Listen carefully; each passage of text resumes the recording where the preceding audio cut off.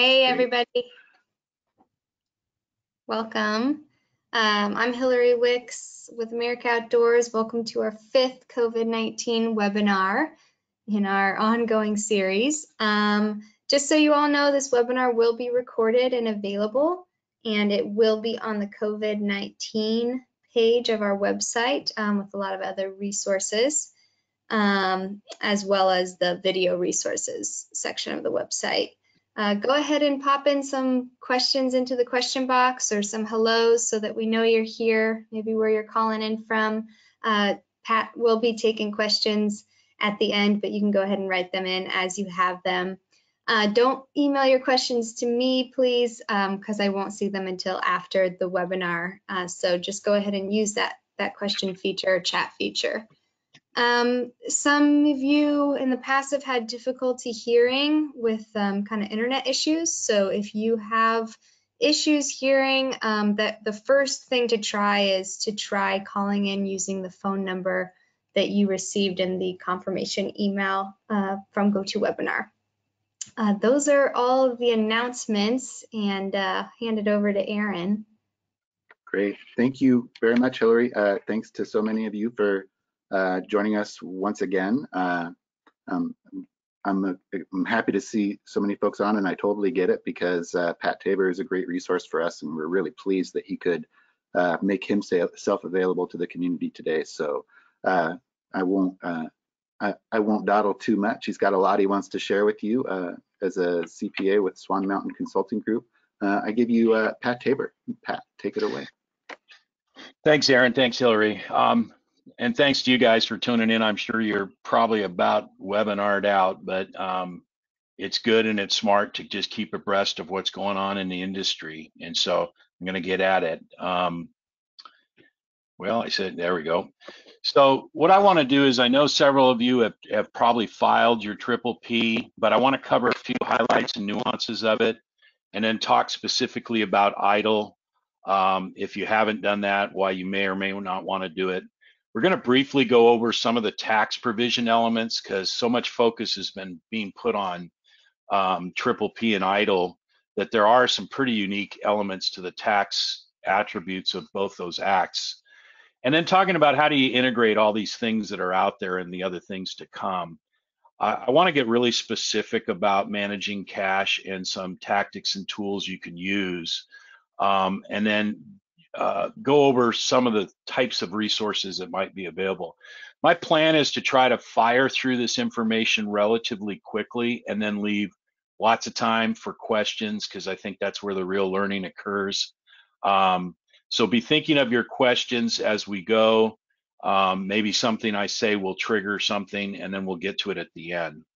So when we think about PPP, basically, when it's all said and done, there's 3 versions of how you could compute the eligible wages when it comes to being a seasonal business. And the guidance was very, very confusing to begin with as to which was the more appropriate way to do it. And that happened because there was a lot of confusion with the banks, and I'll tell you a specific reason why. The oversight, the way any 7A program works with the SBA is that the banks work through their regional liaison. So in our case in Montana, we were working with the Helena office of SBA. I was getting specific guidance from National SBA and the Treasury and from Senator Daines' office that was 100% contradictory to what my bank was hearing from the regional office out of Helena. And I suspect that some of you experienced that as well. So you're entitled to push back on some of the things you're hearing if it doesn't sound like what you've heard either here or elsewhere. Everybody's learning as they go. Obviously be respectful. But one of the big pushbacks was the process of how to calculate it. I'm going to jump off the screen real quick and show you a template that I developed. Sorry for jumping around, it's just kind of the way these things work.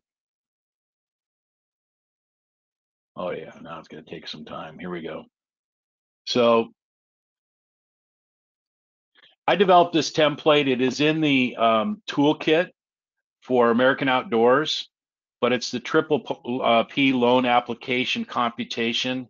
And the part I want to emphasize is over in this 3 columns. There's 3 scenarios: trailing 12 months. And what I mean by trailing is you literally take the time frame for when you're doing the application and go 12 months back.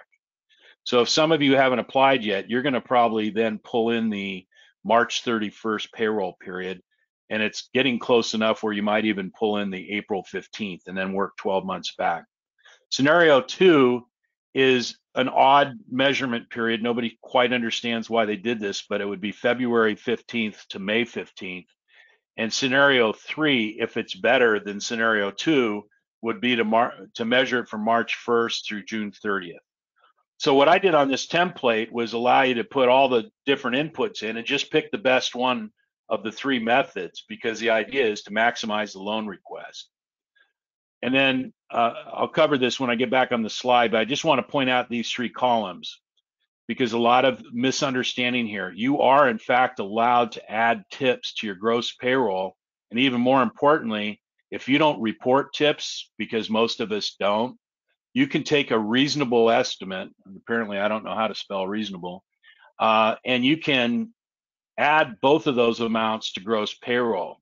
State taxes you can add, which primarily winds up being the SUTA, the state unemployment tax. But a lot of states have also some administrative taxes, those gets added. We've got a ruling directly out of Washington that says work comp is considered a state tax. And then finally, healthcare costs. These can be direct reimbursements.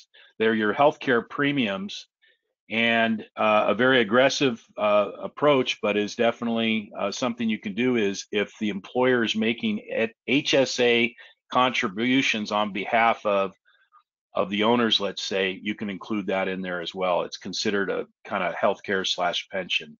So that creates the total pool of eligible costs that they call payroll, and that's how you can compute it. So hopefully that made a little bit of sense to you. Let me get back out of that.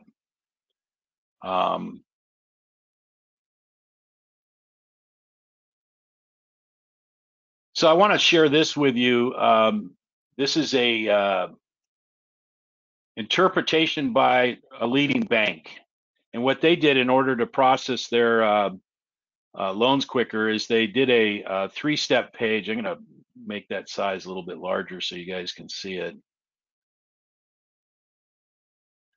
But same thing, this is something that this bank client will actually fill out. It's got the borrower name, date of business. This number right here, number of jobs, 12 months loan to date, is a critical input.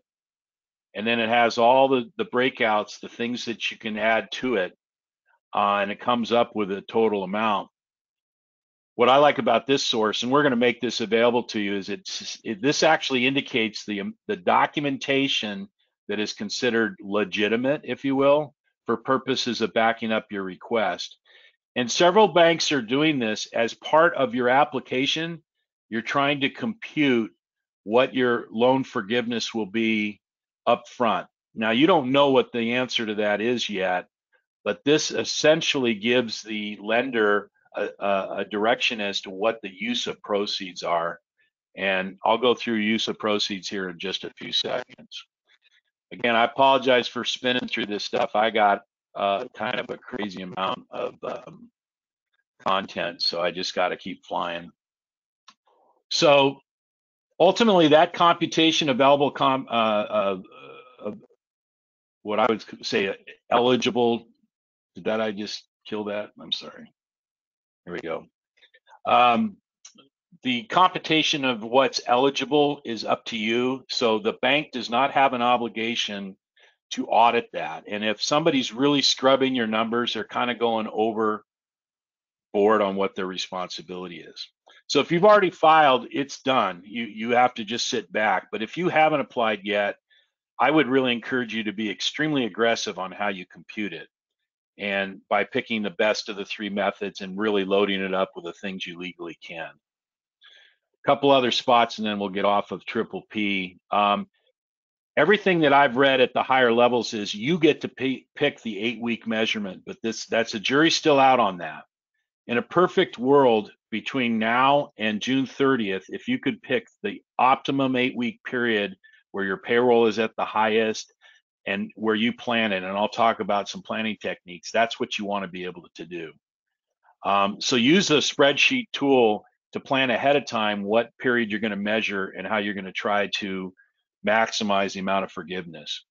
And you have some techniques available to you, including accelerating payments, so that you make sure that those get paid off in the 8-week measurement period, so you get maximum credit, if you will, for things that qualify for forgiveness. So an example of that would be if you have been delaying your payments of healthcare insurance, pay all the back healthcare insurance, all the back utilities and some other things you've been putting off, pay it all within that 8-week period so that you can qualify for forgiveness.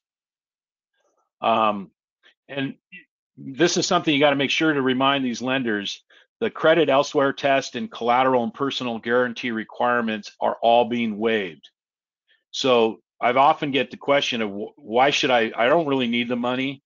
And I guess what I come down to is, even if you got nothing forgiven, can you beat a 1% loan for 12 months? I don't know of any better financing tool out there right now. So what about EIDL? Well, so EIDL is a little confusing because it's the emergency injury disaster loan, but there's a component of it that's referred to as the grant portion, the emergency EIDL grant. So the law is clear. You can have both EIDL and PPP. There was some confusion about that last week. You can absolutely apply for both, and you should apply for both. But the key is you just can't use the proceeds for the same thing. So if you use PPP for payroll, don't turn around and use proceeds from EIDL for payroll, because you're double dipping, and that's not what they want. In the sea of all the expenses that hit outdoor recreation companies, I'm pretty confident you can figure out how to divvy up PPP proceeds and EIDL proceeds to get everything covered. And it's the same type of deal. The terms that are on EIDL are phenomenal, and it's basically going to enable you to make a number of really smart moves down the line. But at the end of the day, even if you decide not to go forward with the EIDL loan, still apply for it to get your free 10 grand. For the life of me, I couldn't figure out why anybody would not do that. It's part of the program. This is a little harder to work. You got to upload specific documents, and you got to be really real precise with your application, or you'll go around in circles with the SBA. Process is bogged, and the communication through SBA is pretty poor because they're so overwhelmed, but they're doing the best they can. If you need help, that might be an area where you might reach out to some technical resources like your CPA. So the Family First Coronavirus Response Act created some interesting opportunities. It requires employers to provide paid sick or family leave, and then it creates a credit for the full amount that can be applied against payroll taxes. There's also the employee retention credit. So in the event that some of you are still working with employees and you enacted this, especially if you put them on leave so that they can take care of kiddos at home, make sure you're notified your CPA of that so that they can work with you on trying to get the requisite credits. And then the CARES Act, which is the Coronavirus Relief and Economic Security Act, created some interesting things. I think everybody knows that it extended the deadline to file and pay federal income taxes to July 15th. Now, here's the caveat on that. Don't do that if you're expecting a refund. Get it filed as quickly as you can so you can get your money. But if you owe money, then there is absolutely no reason why you would want to file by April 15th, get it extended. Or it's not even considered an extension, just file it as of July 15th. There's some really unusual corrections in this that have created a pathway. Some of this isn't going to apply to you. I know of at least 4 recreation groups that do in fact have qualified income property for their retail operation, and there was a retail glitch in the last Jobs Act. This gets fixed in the CARES Act. It also liberated some net operating loss opportunities. So if you had a really good year in 19 or a really bad year, or whatever kind of perspective, and that really relates to the excess business loss limitation and your business interest deductions. In all three cases, if you are large enough where these things used to apply to you, you want to visit with your CPA, because the reality is you could basically amend returns that are already filed and generate cash refunds by taking things in a carryback method, which was not allowed under the that recent tax law that passed a ways back. So when we talk about the different options, which one should you use? The quick answer is just use everything. It's difficult to measure how long this impact's going to last. For many, I think it could be your entire season, depending on what state you're in. And survival means, drawing all the resources. So I advocate for trying for everything, and then you can always modify what you asked for or decline it at the end, but initiate the process at a minimum and do your projections so you can figure out exactly what your needs are. There's a couple of creative ideas out there. One of them is that the unemployment process that did get created by CARE creates that extra $600 a week. We took a number of our employees and put them on unemployment immediately to get the extra 600 because they were soft earning this time of year anyway.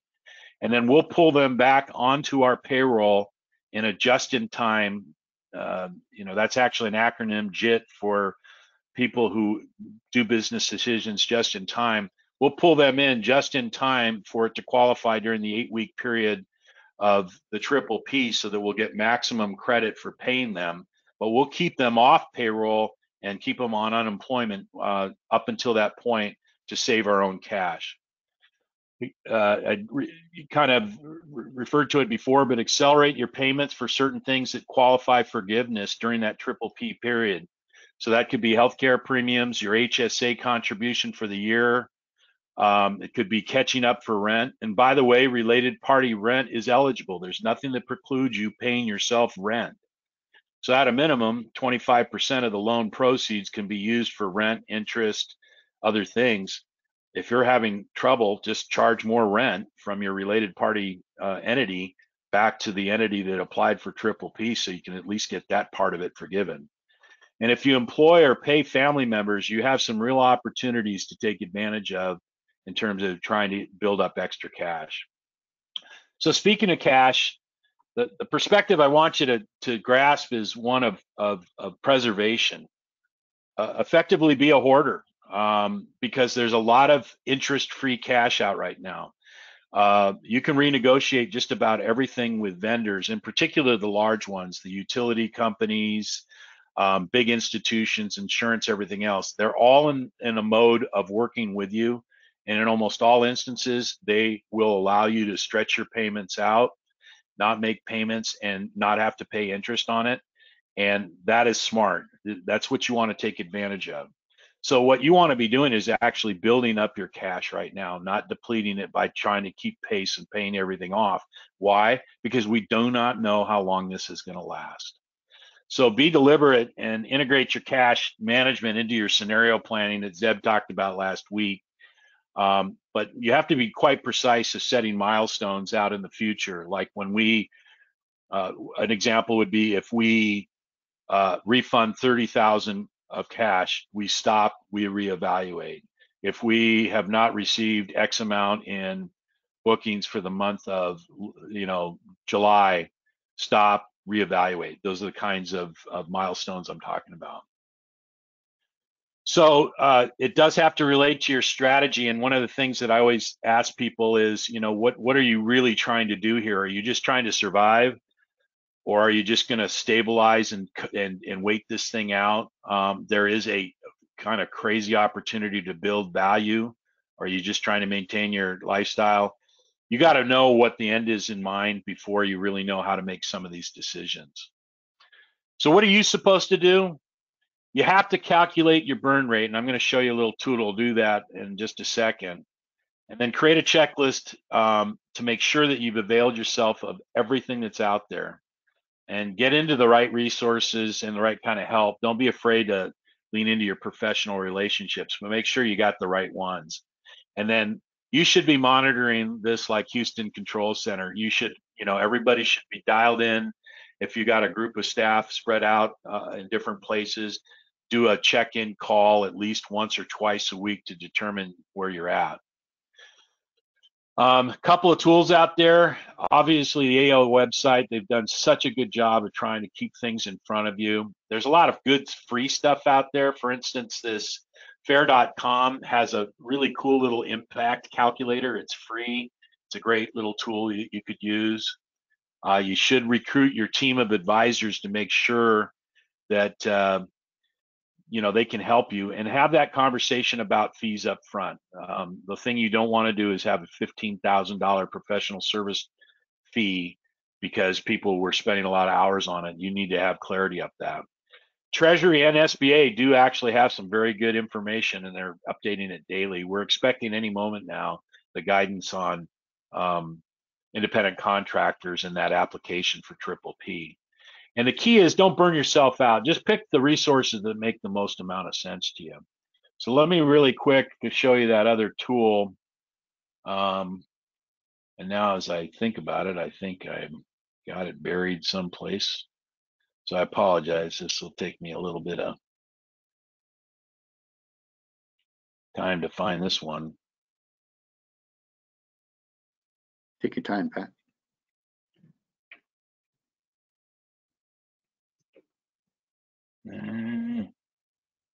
Trying to think of where I put my, oh, I know it is. Checking dogs.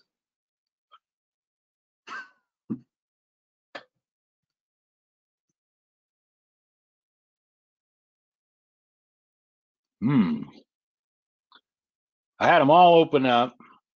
I'll tell you what, as we're taking, oh, maybe I got it right here. Here we go.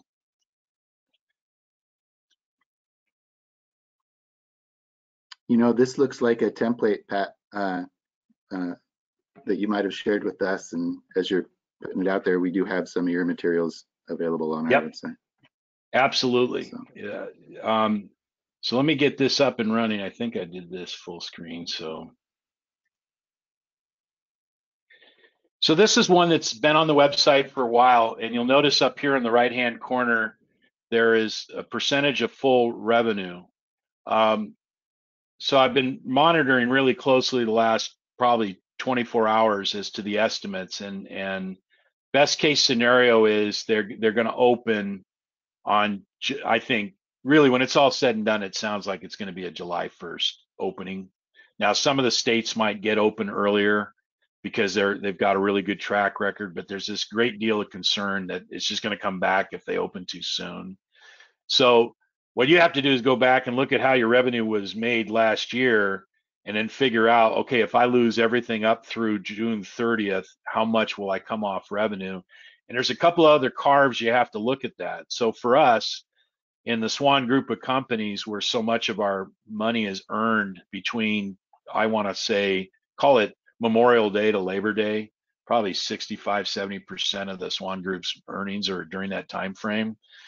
One of the issues that we're having on our trips is the heaviest recruiting period right now to book summer trips started on March 15th and goes through June 30th.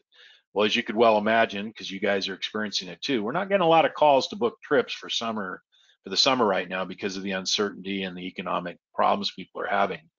So I not only have to take into account the fact that we're going to open later, I also have to take into account that my bookings are way off. And so we're doing it line item on the business. And that's why I listed these here. Is for each of the areas, try to do some type of a calculation of what would be what you'll earn for lodging, rafting, fishing. And I tried to list them all down. You may have other lines of business that you want to list here. And this spreadsheet's designed for you to put as many in there. Then what you do is you go to the next deal and you figure out all your expenses that are associated with running this business. I just grabbed a standard chart of accounts from a recreation company and listed as many things as I possibly could. Now, you start with what you did actually in 19, then you reduce things that you've now actively renegotiated. Like we cut out all our advertising, just cut it. You know, some of these decisions were so painful. It was like, you know, we're still holding on to it and gripping it, but had to let it go because it's again a matter of survival. So you get your revised fixed costs regardless of whether you earn $1 or you earn $1 million. Those are your fixed costs. And then finally, you can calculate what your estimated shortage is going to be under the 3 different scenarios. So this is a tool. It's not the best tool. I whipped it together because I knew people needed some help. But at the end of the day, use something. But if you're not working off of numbers, well, I don't know what to tell you because you know, it's the type of thing where you've got to do something in order to help yourself. Otherwise, you're just going to be one of the victims here. So at that point, I want to take questions, and what I'll do is I'll come off of our full screen here, and then I'll be able to read the console. Or how do you want to? Oh, there's one other thing I want to show you this right before I do the questions. You guys have probably seen this if you've done a triple P. Okay, it disappeared forever. I don't know why that happened. Here we go. So see this area right here where it says number of employees? That is the single most critical thing, because whatever you put in there will be a forced calculator. And at the end of the measurement period, the 8-week period, they're going to compare how many employees you have during that 8-week period to this number. And if it's less than, then it's going to be a percentage knockoff of the payroll coverage for your loan forgiveness. So be real smart about what you put in here. And by the way, it needs to be provable. So they're going to, theoretically, anybody audited you, this would come off of the highest employee count of one of the 4 941s that you filed during the last year. That was probably as clear as mud, huh? All right, here we go. We're back to this. So with that, I am keyed up and ready for questions. So Hillary, take it away. Yeah, so I'm the only one who can see them, so I'm going to read them, and we're just going to start at the top here. With the triple P, are we able to use the loan for payroll during the summer or fall and still have it forgiven? So there's an 8-week measurement period for forgiveness, and that has to occur between now and June 30th. So you can use the proceeds for its intended purpose, but you cannot get forgiveness for anything other than the 8-week period that I'm going to say right now you select. And the reason I say that is because I got national guidance that the applicant gets to pick the 8-week period, but we have a massive amount of pushback going through the regional offices that say the 8-week period starts the day your loan gets approved. So if your loan gets approved on April 16th, then the clock starts and they're measuring 8 weeks from there. So then it becomes quite tactical as to when you bring your people back on board. We literally have our staff, we have 60 people that are on call, and as soon as we understand the rules better, we will bring them in the exact right of time so that that payroll will be maximized during that 8-week period, and we'll get that amount of loan forgiveness. So hopefully that answers your question. Hey, just a quick follow-up. I actually think you did answer this, but it's along the lines of folks asking about advanced pay. So if they paid somebody during their 8-week period in advance for work they were going to do later in the summer, would that be forgivable? Yeah, so that's one of the creative tactics. And in particular, that can be done if you're purposely delaying any kind of payments to owners and all that. Owners are a part of this equation, as is related party rent, which is, I assume, to owners. And so you can purposely accelerate payments. Or if some of you have arrangements with employees where it's like, when we get made whole again, let's just process your hours then. So yeah, what's going to happen is in the 8-week period, whatever gets reported on your 941 is what's going to count. So it has to be recorded on the 941. That's the key element to it. If if you ever did get audited by the SBA, you would have to be able to produce the 941 that backs up what constituted your loan forgiveness.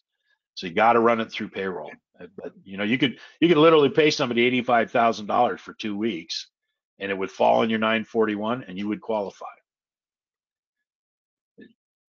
It's not exactly what they had in mind, but there's nothing that says you cannot do it. Right. What's next, Hillary? Okay, how do we handle our company paid sick policy with state paid sick leave benefits through unemployment insurance and the new FFCRA program? Can someone use them together, or is it just one program? And asking about medical leave and family leave as well. Right. So what the FFCRA did was create tax credits for people to incentivize them to put people on leave. That's essentially what it did. Is it said, you know, we're going to reward you in the way of tax credit against your future payroll taxes if you will put people on leave, or if you have to put people on leave. Now, some people got sick, or some people have to go home and take care of sick people, or we have the whole child care issue.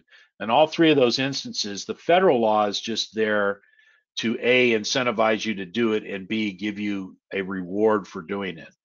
That's going to be in conjunction with and in addition to any state program that's out there.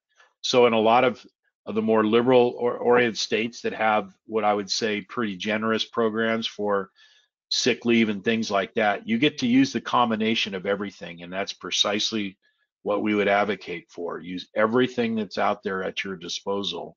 Now, it gets kind of complicated when we start dealing with the nuances of, you know, lots of numbers and the intricacies in between sick leave and everything else.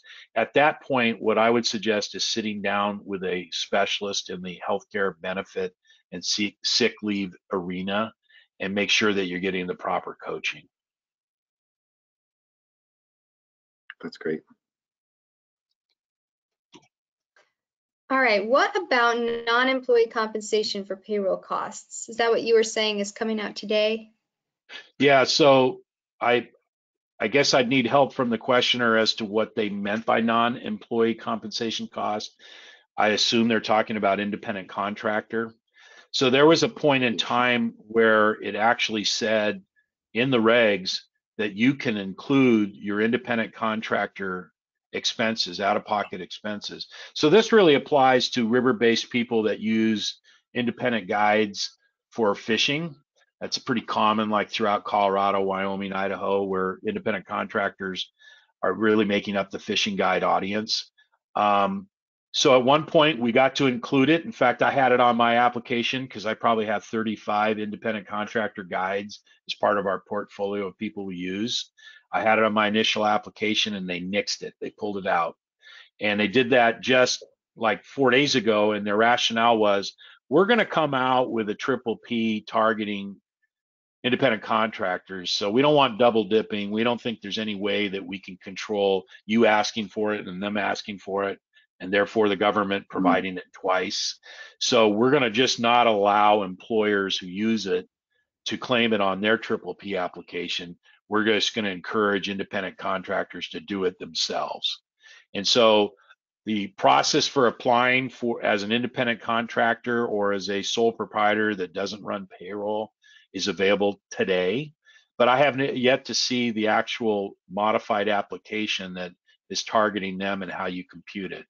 I had a email late last night from one of Senator Daines' specialists that's working on it on behalf of his office, and they were still asking questions up through last night as to how do you measure self-employment. So clearly they don't have it all figured out, and it wouldn't surprise me that, you know, today isn't going to be the day and it'll look more like Monday or Tuesday of next week. Do you think, Pat, that there was just such a rush on PPP funds last week that it's going to be tougher for independent contractors to see their own forgiveness realized or their own loan processed timely? It's predictable that we're going to run out of money. They know that. Yeah. That's why they're working on the follow-up. And as I think we all know now, the follow-up, the 250 billion, is really subject to the, to the partisan politics. And, that gives me cause for concern, because if you're kind of waiting, that's not a good strategy for Triple P. Because there's no assurance we're going to get that extra money. The politics may be just too grave and may be stretched out too far. So if you haven't done it, by all means, get it in. And if you're an independent contractor, you need to be monitoring the SBA website every 2 hours. Same thing with Treasury, because once the guidance comes out, the flood will begin. And I didn't mention this, but for Triple P, the better vehicle, honestly, is a really good community bank that you have a relationship with. I think of our little community bank up in West Glacier, Columbia Falls. There's a little bank called Freedom Bank, and that guy is such an advocate for our industry, and he's on top of it. And a lot of the outfitters that I've talked to, they're having substantively better traction with working with community banks than they are with the bigger banks, because community banks really are the engine that's driving rural America. And this is a boon for them, by the way. They get all the fees paid to them directly by the government with no risk. So it's in the best interest of a community bank, and you're helping your local guy out a lot if you book your loan through him. So That's great advice. All right. Pat, how do you suggest including seasonal wages versus full-time? Is PPP forgiveness still applicable if it only includes full-time or annual wages but excludes the guide or seasonal wages?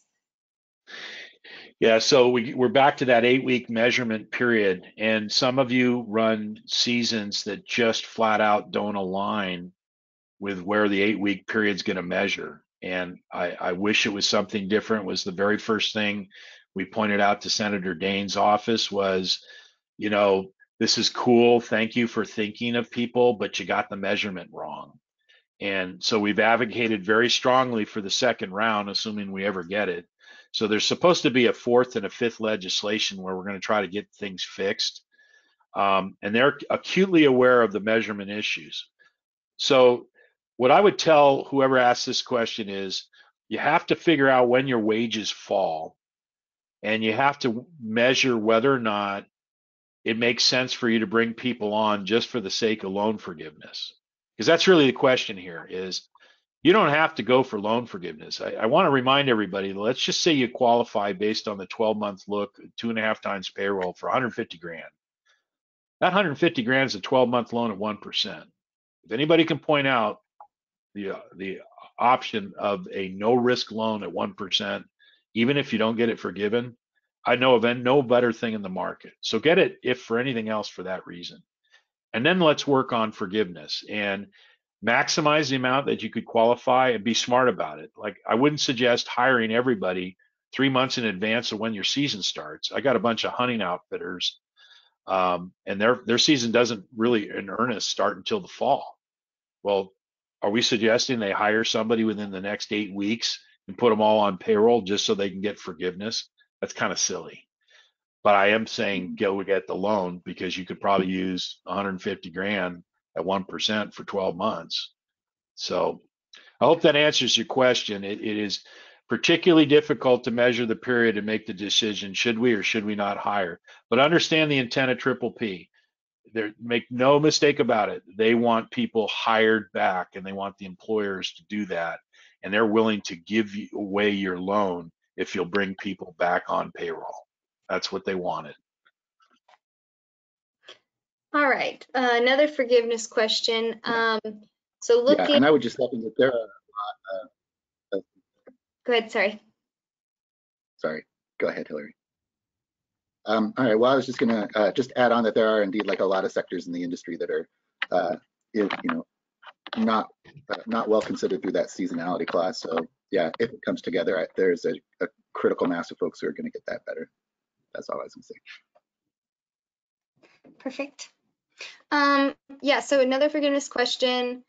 with the 75% going to payroll, is it 75% of what you got for the PPP that needs to go to payroll, or does it like get granular and look at each week? 75, I think it's asking 75% corresponding to the different weeks that you used to calculate. So to answer this question, I want to jump back on this this forgiveness calculator, because it's probably the best way. Did that come up properly, Hillary? Are you guys being able to see this thing? Yep. Okay. So see what I was saying right here? Number of full-time employees through June 30th of 2020, then actual payroll costs covered, healthcare, that actual payroll cost covered is where you want to load it up with some of the other things that we talked about on the other deal. So that's where you would put payroll taxes. That's where you would put workers' comp. That's where you would put tips. So you want to beef that number up. But the questioner's is correct. Whatever you physically pay on those items in that 8-week period is what's going to drive this calculator. Then added to that is the healthcare benefits, interest on mortgage, rent, utility. But the sum of all these items, items 10, line item 10 through 14, that can't exceed 25% of the overall amount. So clearly, you can, at a minimum, you guys are going to get 25% of your loan forgiven, because I assume that you can come up with 25% of the loan balance on all these other items, especially because you can control rent through related party, and you can prepay interest and utilities and anything else. So you're going to at least get 25% of the loan forgiven. And then your payroll costs are really a function of how much did you pay in that 2-week period. And as Aaron cleverly pointed out, there's nothing at all that precludes you from running through some pretty heavy payroll where you could effectively prepay somebody if you know they're going to be there, just to get that payroll beefed up during that 8-week period. Now, please understand that that is an extremely aggressive maneuver. And I'm not going to pretend that that isn't, some people would look at that and gasp with astonishment that that was being discussed. But I have always been, in my personal and professional life, somebody that takes the law seriously, but also pushes it right up to the line. If it doesn't preclude something, then it's a matter of interpretation and professional discretion. And most CPAs, as long as you got good, sound documentation for what you're doing, they're going to stand by your side. But that should be probably a conversation that you have with your CPA or other advisors, and amongst your family, as to how comfortable you are about being aggressive.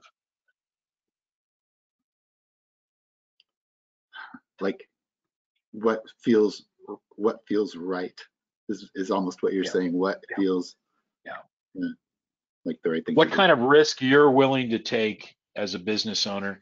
And so what's the risk? What are we talking about here? The risk is they won't forgive as much as you would hope they would have forgiven. That's the risk. So it just turns back into 1% loan. I measure the risk associated with that as being pretty low for myself personally, but that's a personal decision. I've been told many a time that I'm a tad bit more aggressive than your average person out there, and that's okay. So I'm perfectly comfortable with somebody else saying, I just don't like that. It doesn't feel right. It feels kind of icky. Cool. Do what's right for you guys, but just know that bandwidth exists. So if you have kind of a history of being relatively aggressive, then you're probably going to err to that side. If you're conservative by nature, you'll be on the other side.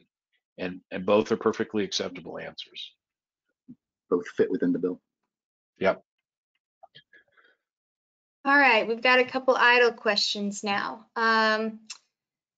Okay, if you have more than one company with different EIN numbers, can you apply for both companies? So no, there's a thing called affiliation. And so this is one that hit me particularly hard because through all of my accounting craziness, I have 7 LLCs and 1 C Corp. And so I had to report all the affiliated companies under common control on the application.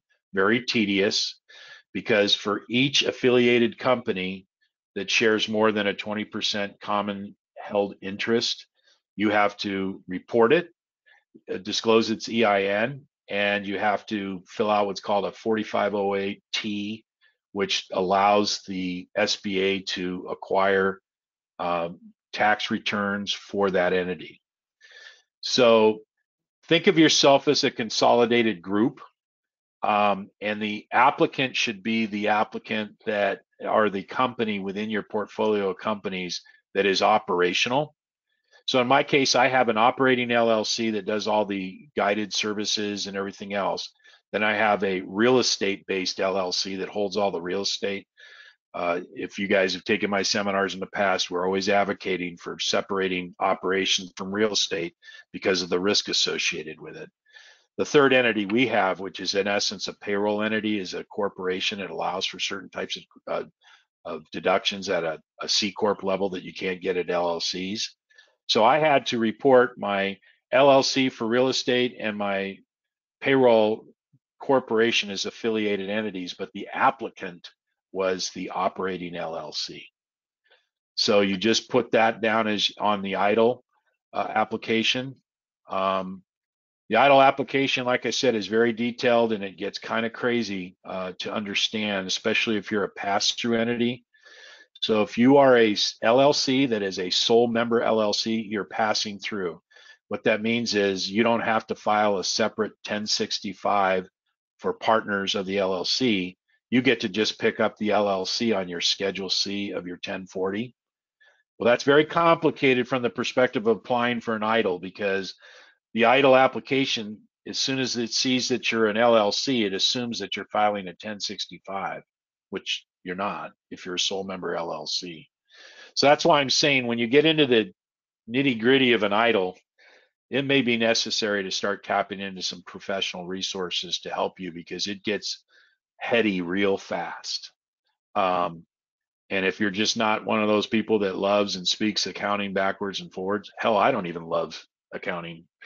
Then, then maybe you need some help, and you need to talk to your CPA about sitting down and going through it with you. Great advice. All right. So with EIDL, they're now saying that it's up to 10,000 for the advance, and it's 1,000 per employee. Do you know if this is calculated immediately pre-disaster?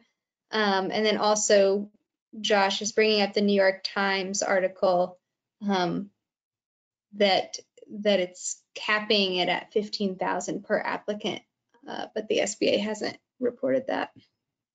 Know anything about that? So when Josh was saying it was capping it at 15,000, loan amount. Okay, so the loan is not capped. The way they calculate the loan is based on the volume of business that you do and how much your total expenses are. So if you're a $100,000 company and you have $30,000 worth of expenses, and therefore you make 70,000 of income, my guess is they're going to err towards a very small amount. For some of our larger, medium-sized businesses in AO, where they're probably doing revenue in excess of 2 million, which I think there's a pretty healthy number of our membership that is in that category, you probably will qualify, depending on how you filled out your application, for up to the full $2 million in loan proceeds.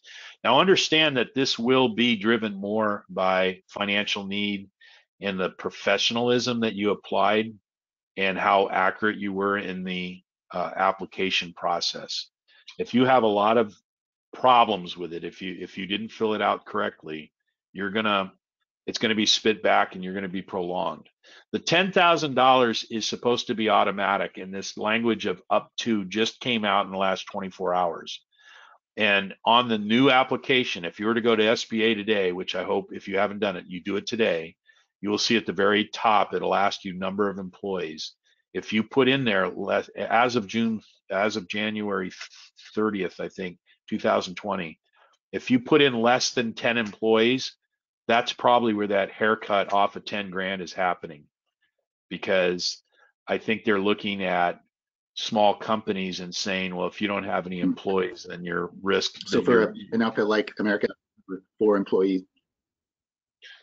Yeah, but here they don't give guidance relative to whether you get to count your independent contractors. It's moot to the point. So again, for lack of guidance, it's better to ask for forgiveness than permission. So I would look at the American Outdoors and say you use a lot of contract people. So really, if you combine the contract people with the employed people, just for purposes of the disaster.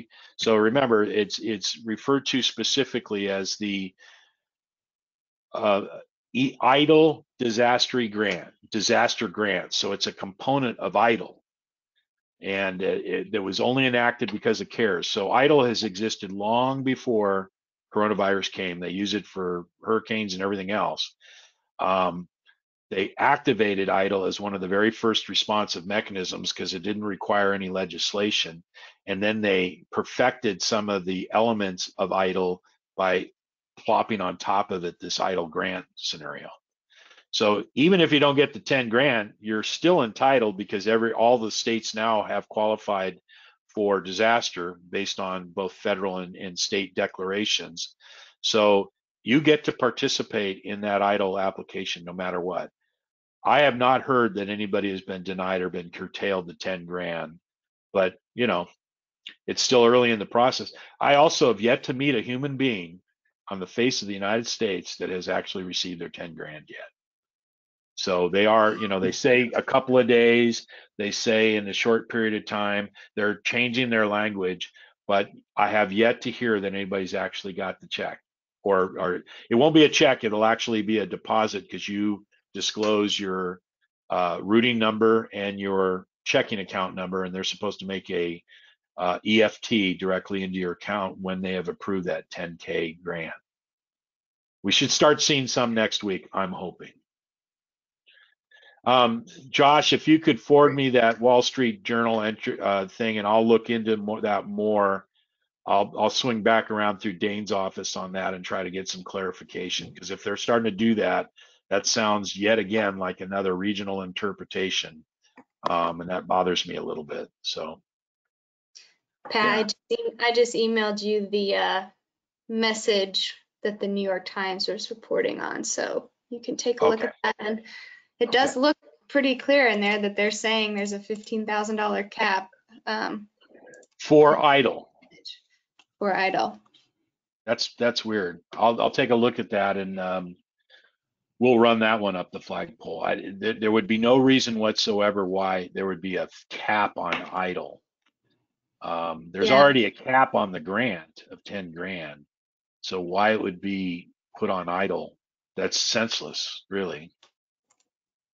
Scott Toiber said that his cousin, who owns a casino in Texas, received his 10K this morning. Right on, Scott. Well. Did he go straight to the craps table with it, or? That's right. So there's someone. Yeah, we got to keep those casinos going. Yes, I'm in business. All right. Kind of a specific question here. Okay, about the PPP. The requirement to have payroll on February 15th, 2020. We are an S Corp, and the owners were answering phones, taking reservations, making preparations, but not on official payroll. Does that mean that they are ineligible to apply? They're not ineligible to apply, but the calculation probably means that the measurement from February 15th to May 15th, or the measurement of March 1st through June 30th, are probably not going to compute as much eligible payroll as the trailing 12 months. So this is where the confusion is. If you are a sub S or even an LLC and you pay yourself nothing or next to nothing, that doesn't make you ineligible. it just means that the amount of loan requests that you'll have if you're not running any owner salary through there might not be as robust as somebody that is running owner salary. So I have to assume that they are a type of business that they incur other types of payroll other than paying their themselves. And if they do, then at a minimum, they're going to qualify for the 12 months trailing calculation. You know, I was surprised. I thought that the measurement period would be superior for our company, and it wound up that by adding tips in particular, because we have, you know, at our peak, we'll have something like 125 employees for about 3 months. And so it's a huge bell curve. I mean, the number of employees pre and post season are pretty low, but during that peak season, it's high. Those people were making a lot in tip income. And so I put that in my estimate, and that created a substantially greater number for the 5 or so months where people are tip earning. And that really drove up my overall qualified payroll, that then you divide it by 12 months, and then you turn around and do that 2.5 times.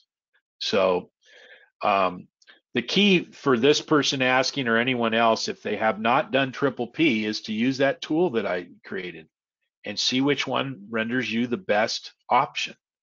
You're not forced to do one or the other. Like a lot of people think, oh, I'm seasonal, so I have to measure from February 15th for 8 weeks. No, that's one of 3 methods afforded you as a seasonal operator, and you get to pick the best of the 3 is what you get to do.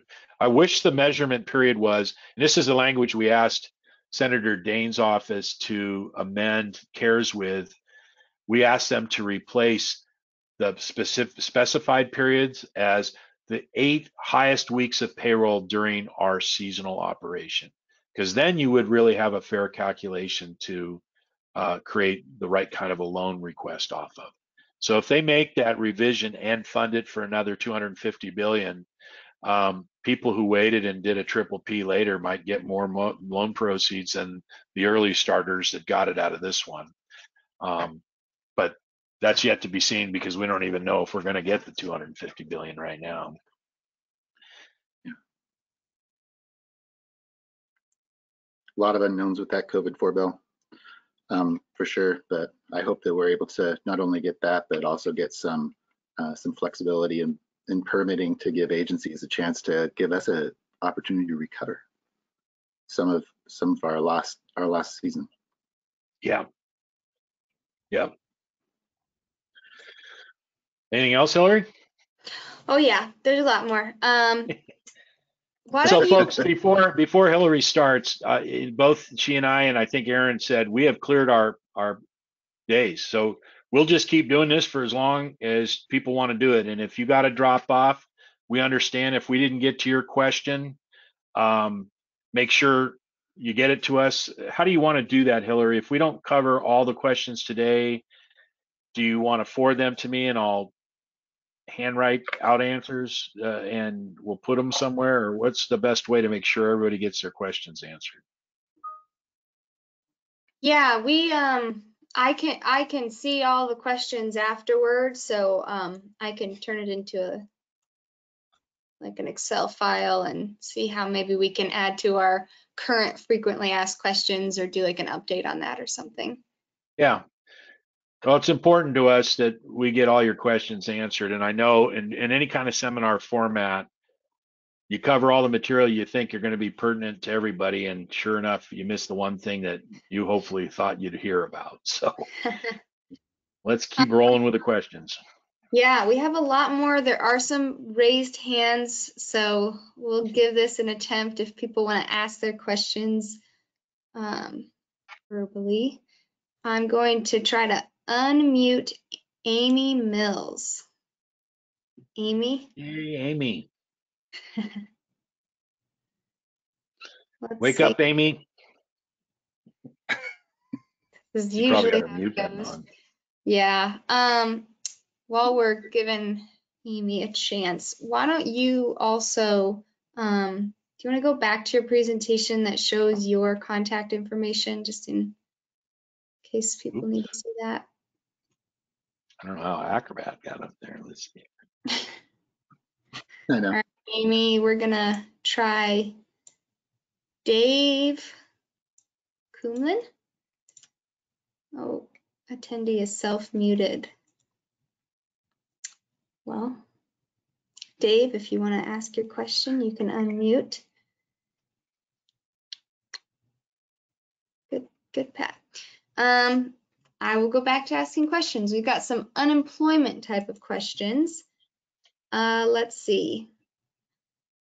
Have you seen if S Corp owners are approved for unemployment right now? No, so that was part of what I was talking about, how the staffs of all the senators are trying to fill the gap. The problem with S corps in particular and sole proprietorships is they don't have a way to compute earnings, and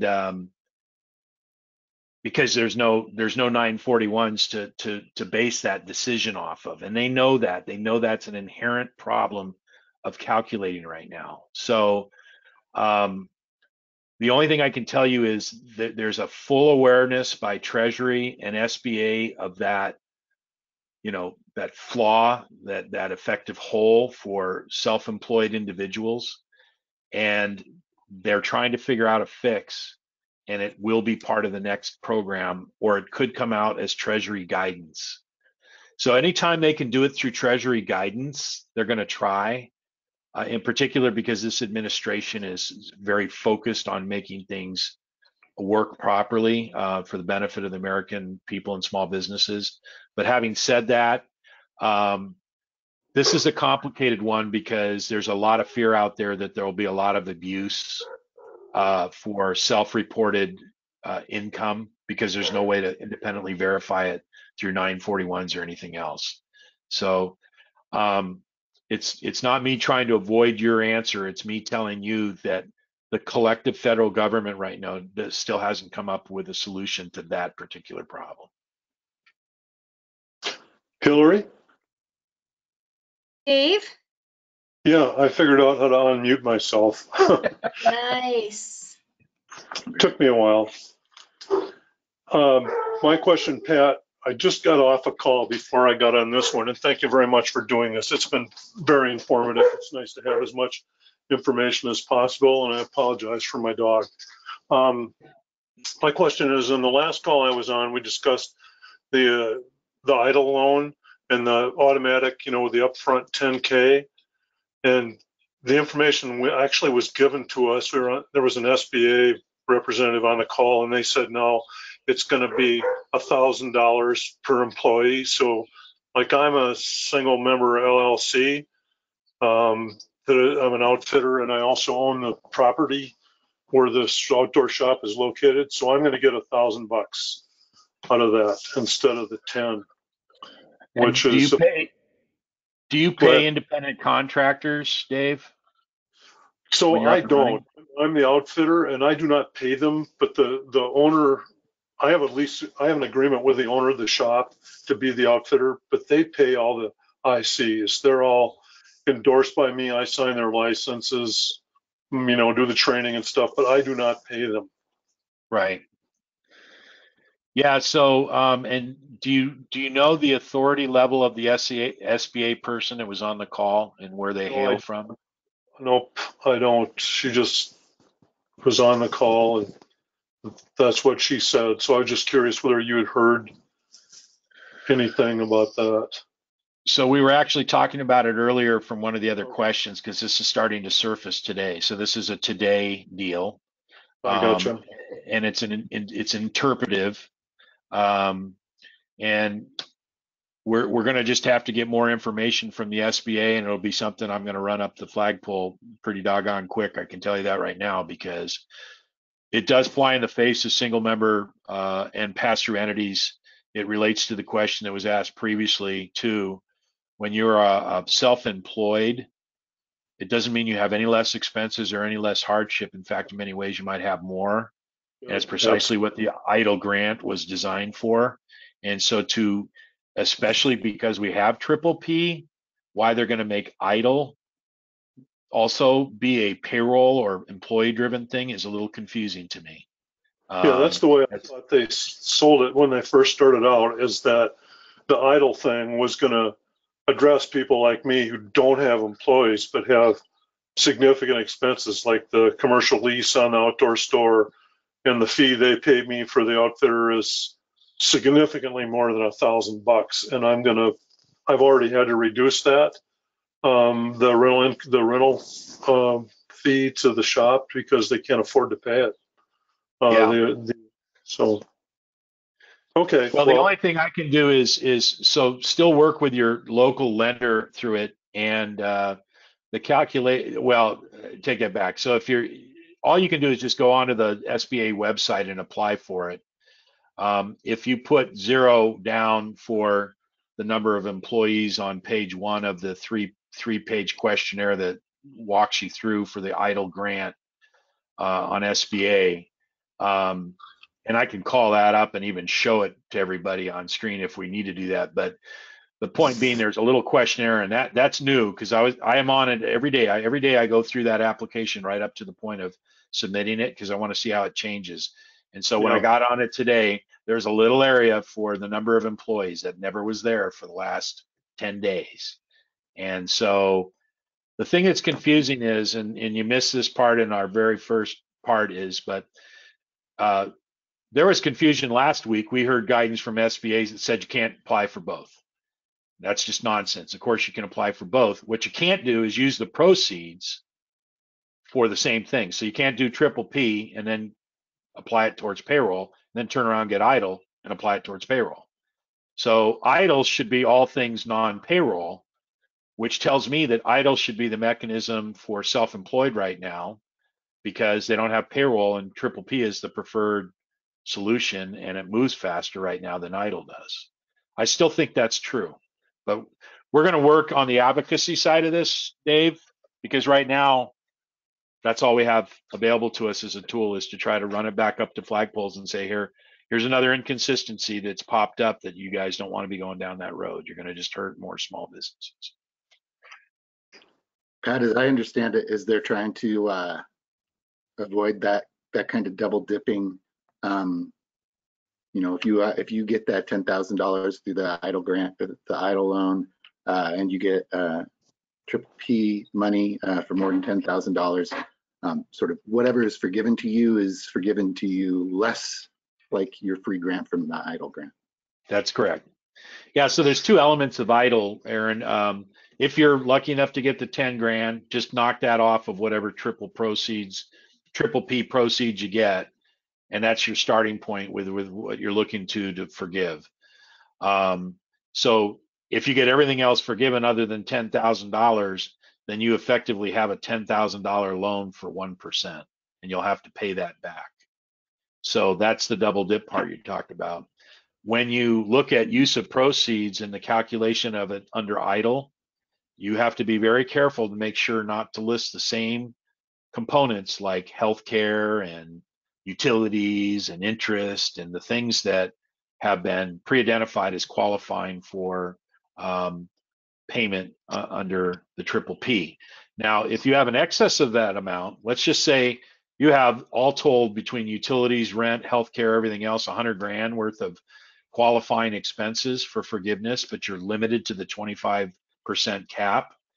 And let's just say, for round numbers, that 75% is not covered by PPP and 25% is, then the other 75% that wasn't covered by PPP is eligible for coverage under EIDL. They just don't want you trying to get reimbursed for the same thing under the 2 different mechanisms. That's all they're saying. Hey, Pat, this is Dave again, just quick and I'll get off. So I just sent to Hillary the name of the SBA. It was a lead lender, Montana District Office. I had a friend of mine was also on the call, just sent me the information. Her name is in that note. She's out of Helena, isn't she? Must be, yeah. Yeah, this is the same individual that we've been fighting uphill battles with. So great. Thank you for letting me know that. She's the same one that's interpreted on several Montana-based decisions, things that are inconsistent with national guidance. So it's always a fun thing when you have to point out to a regional person that they're not compliant with their own agency. And you know how well that works in the Forest Service and the Park Service. It's the same damn thing. It's another federal agency that does not have clear guidance through their system, and therefore it affects us. And ultimately, Dave, it depends on how aggressive the banker wants to be, because nobody gets to really actually push back on this stuff. At the end of the day, the lender pushes the button that goes through, and then it falls into the category of, is the SBA ever going to look at some of this stuff and audit them post? They're entitled to do it. Whether they're going to do 10.5 million audits, in future years, nobody seems to know. But that's the problem that you've just discussed there, and we're going to have to try to figure out a way to get it corrected. Good news is I'm from Montana, and so is Senator Dane. So if there was ever a place where we could correct it, maybe that's the one. That's great. Yeah. What else we got? Montana Outfitters doing great work up there too.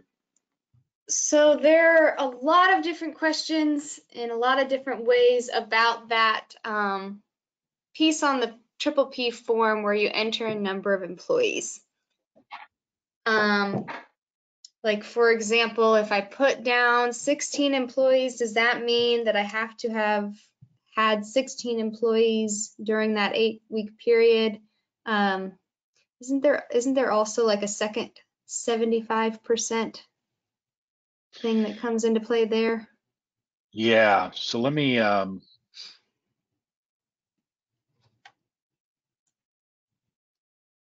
see if I can just fool with this a little bit.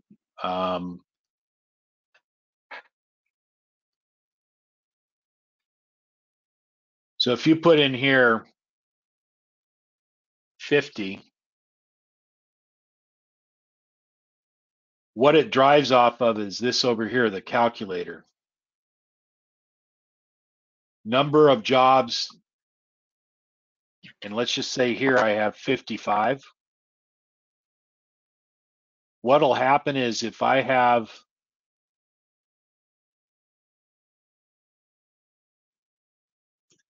put it in there, see how it came off loan forgiveness amount? What it did is it took the 50 and divided it into the 55. So what it's saying is it wants you to restore the number of jobs. That's why the number you put here is so critical, because it drives the forgiveness calculation later. So if you put in your high water mark off your 941, and let's just say that was 55, at the peak of your season, you had 55 employees that were considered full-time off of that 941.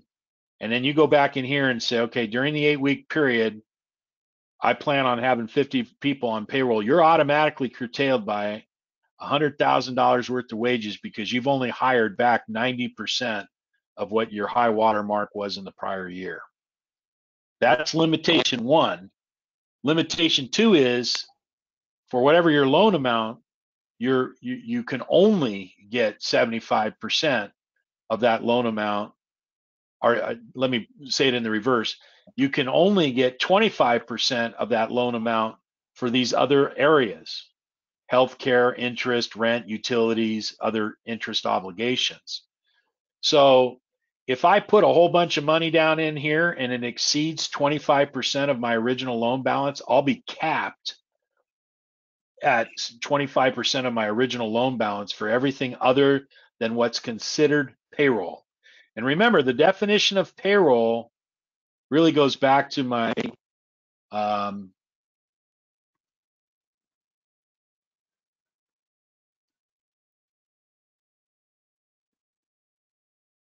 sorry, it's just thinking a little bit.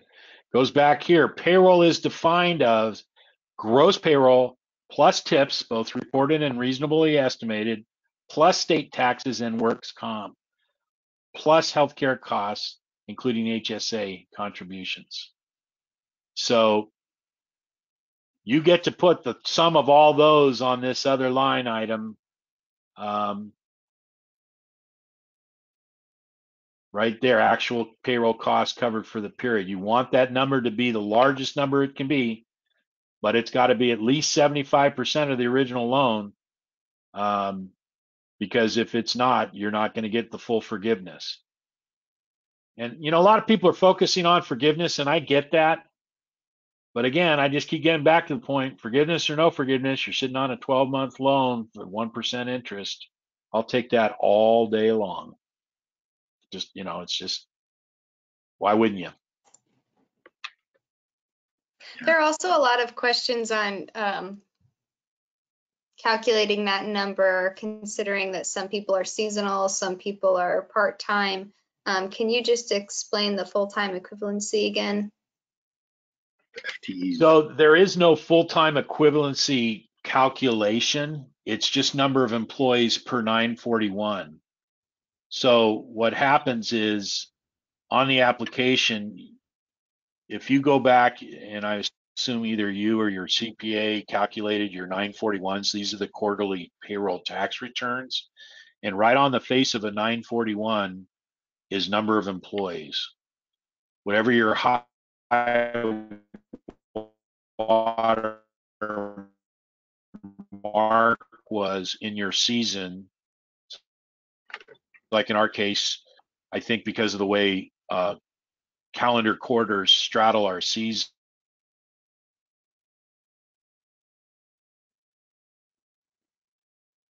I can no longer hear Pat. I've lost you too. Pat? He can't hear you. He froze.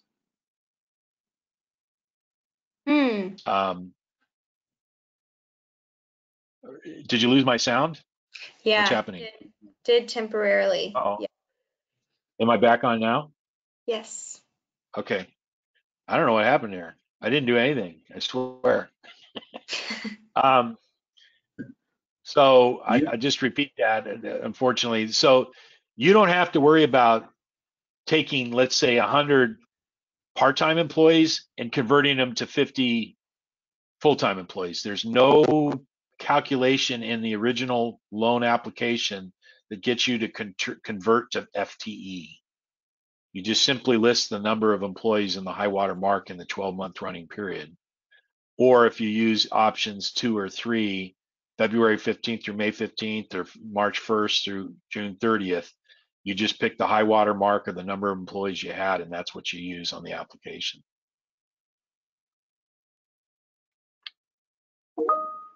Yeah.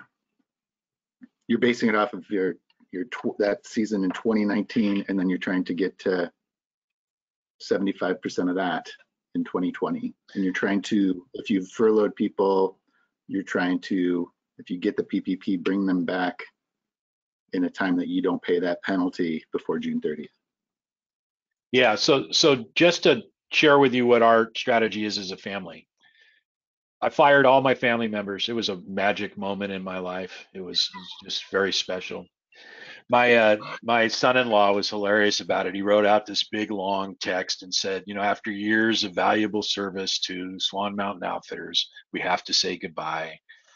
And what we did is we put them all on unemployment, because now we don't have to pay all the payroll taxes associated with all our family members. So just the cash savings on FUTA, SUTA, and all those things was worth it alone. Plus, because of CARES, you get an extra $600 per week. So we purposely were taking ourselves off of payroll anyway, just to save our cash. And then we realized it makes more sense just to put us all of our, because we've paid in on our employee owners. We've paid into a state unemployment for the last 15 years. So I always thought it was stupid that you had to pay unemployment on owners. It's like, why would you do that? Well, we did for 15 years. And so the way I look at it, I paid into the system. Now's our time to get something back out of the system. Then CARES throws an extra $600 per week on it. So that's helping us manage our cash flow. I'll bring all the family members back, plus all our seasonal employees, and I'll bring them back and have one of the craziest, most robust 2-week periods of payroll known to man, and it will magically fall right in that 8-week period, so that it maximizes the amount of forgiveness opportunity. I'm going to specifically work off that template that I shared with you guys, and I'm going to purposely expend money during a period of time to maximize loan forgiveness, including the thing that Aaron talked about. We ordinarily make our HSA contributions for the family members as part of our contract towards the tail end of the year. That's part of their employment contract. So whatever the maximum is per person, I think it's $7,500 per couple or something like that, $3,500 individual. We'll make all those HSA contributions during the 8-week period because they all qualify for loan forgiveness. So you can kind of manipulate the inputs of what falls in the 8-week period in order to maximize what your loan forgiveness looks like. If it all gets denied, if somebody looks at it and says, okay, you are just a ridiculous, too aggressive ex-CPA, then what am I sitting on? I'm sitting on a 1% loan, which, like I said, okay, if that's the worst that can happen, lovely, I'll take it. So that's the kind of strategy we're hoping everybody at least thinks through for what's right with you guys. You know, they don't want to advocate for something you don't feel comfortable doing. Great. So as I understand it, you're saying that when they're filling out that application, they're not calculating the full-time equivalency. They are doing number of individuals. Yeah, so let's take a look at it real quick here.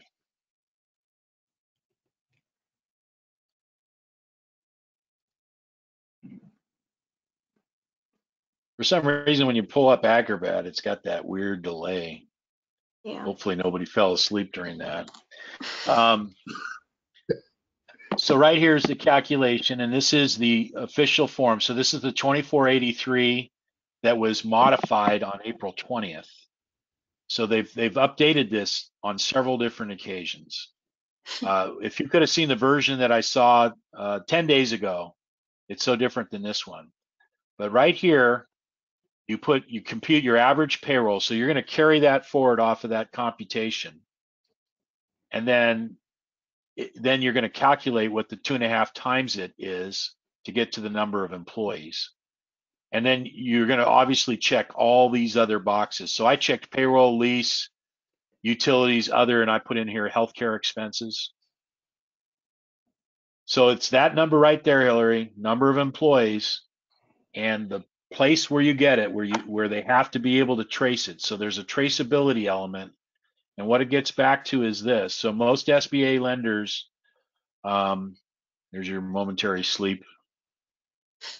Yeah. What most SBA lenders are doing, now this is being driven by bank behavior, is they're doing this.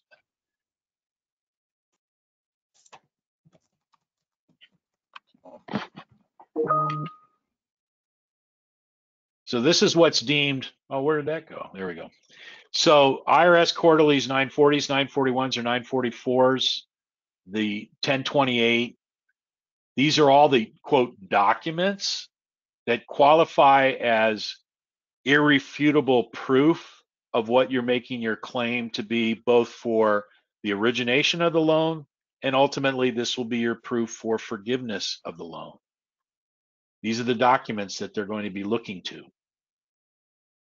And so, you know, right here, I don't know if anybody caught this, but you see right down here, gross contract labor less individual contract labor in excess of 100K. Original concept was, yep, we're going to let them take credit for that. And then they turned around and changed their mind 5 days later.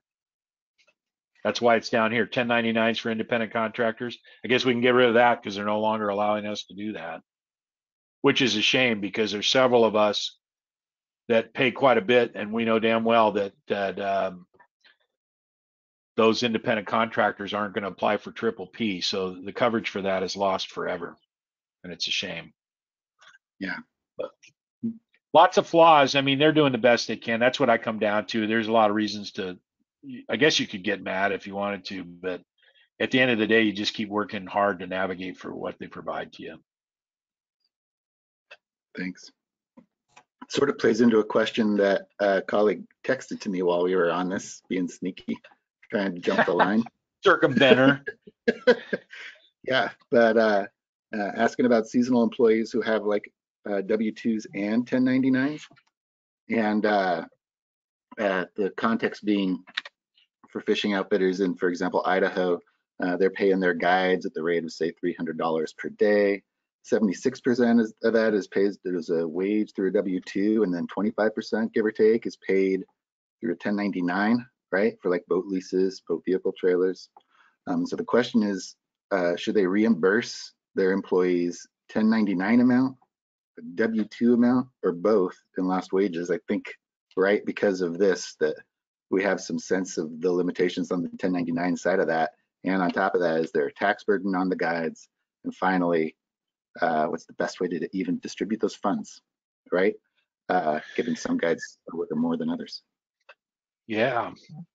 So what's interesting there on the whole question is this concept of distributing funds once they're acquired by the outfitter, as if he's then going to turn around and give them to the various people versus utilize it as a funding mechanism for his business. So I'm a little confused by that.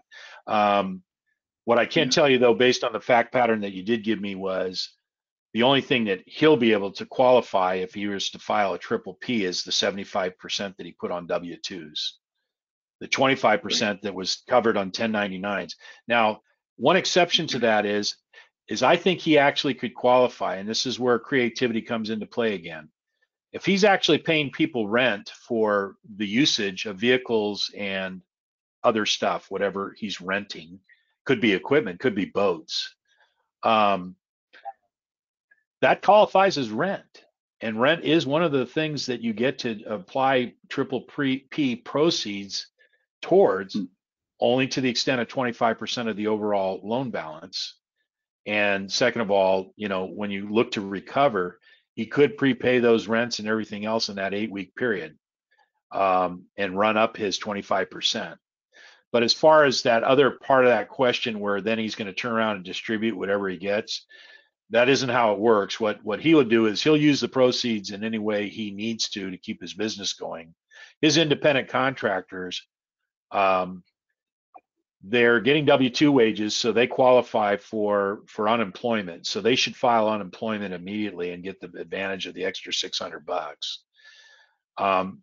Unless they earn a wage through 1099, and what I mean by that, there's 1099 for purposes of services, and there's 1099s for purposes of rent and interest.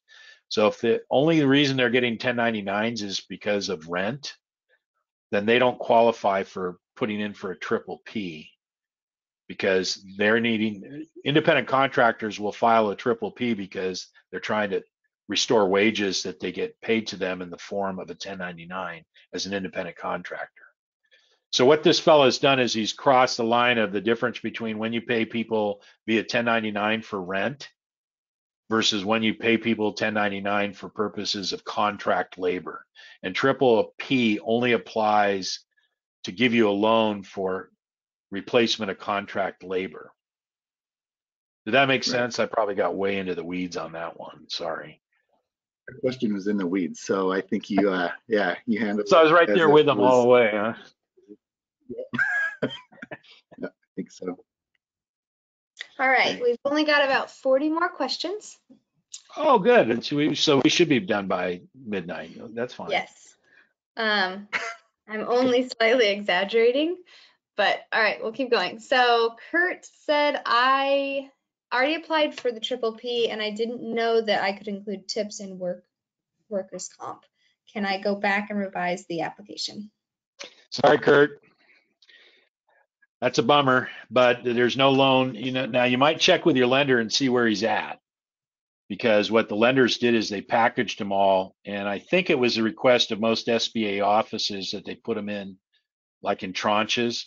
So like 25 loans at a time were packaged or bundled together.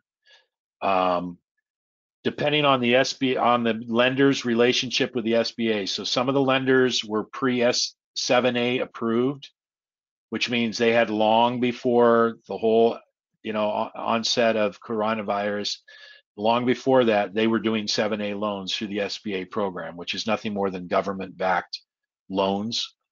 Those people had a preferred relationship going into this, and probably were able to expedite their loan packages versus banks and institutions that are doing this for the first time. So if you go to the SBA website, there's actually applications to become a lender to turn around and start lending people PPP loans. And those people are obviously subject to a much longer, time frame of getting approved to get it through. So what I would do, Kurt, is I would check with your lender and say, did you file it? Yes or no? And if he said, yep, then you're done. Sorry, there's nothing you can do about it.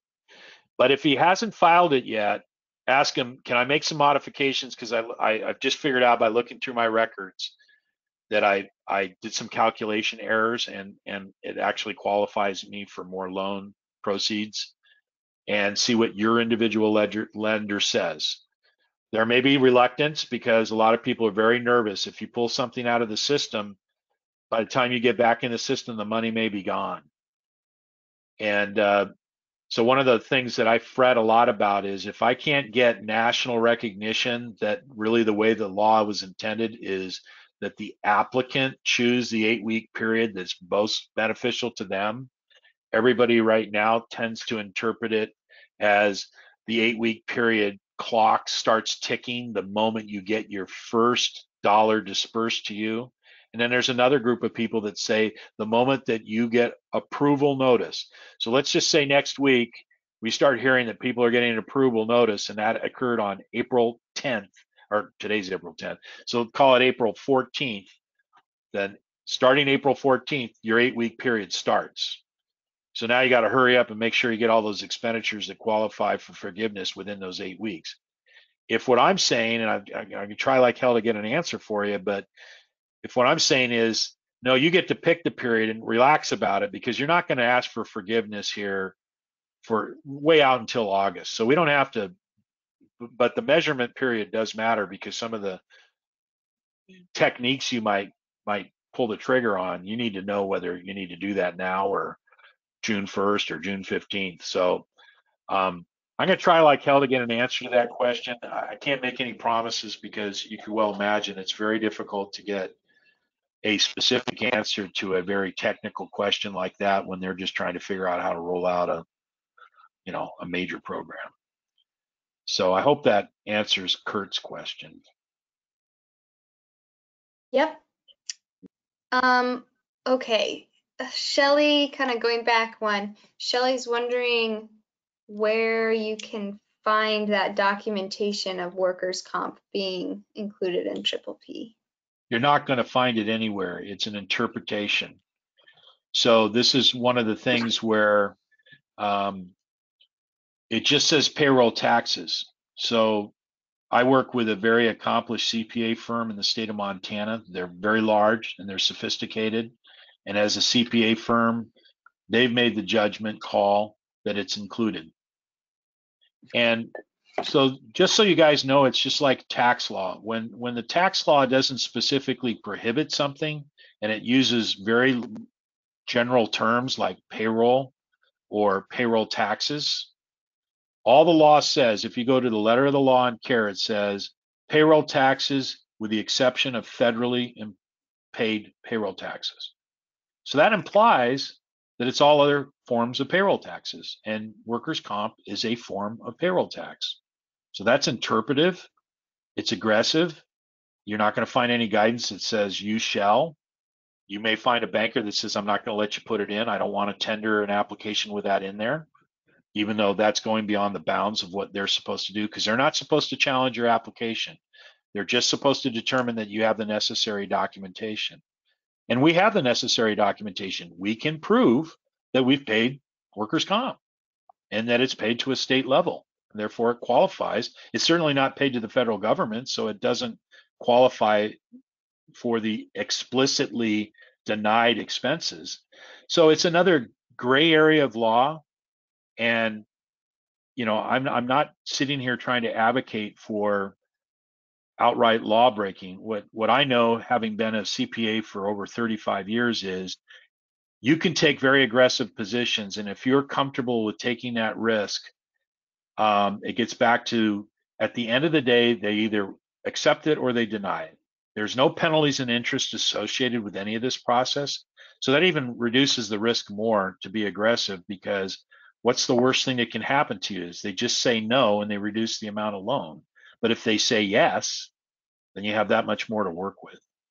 In our case, we pay over $85,000 in workers' comp premiums.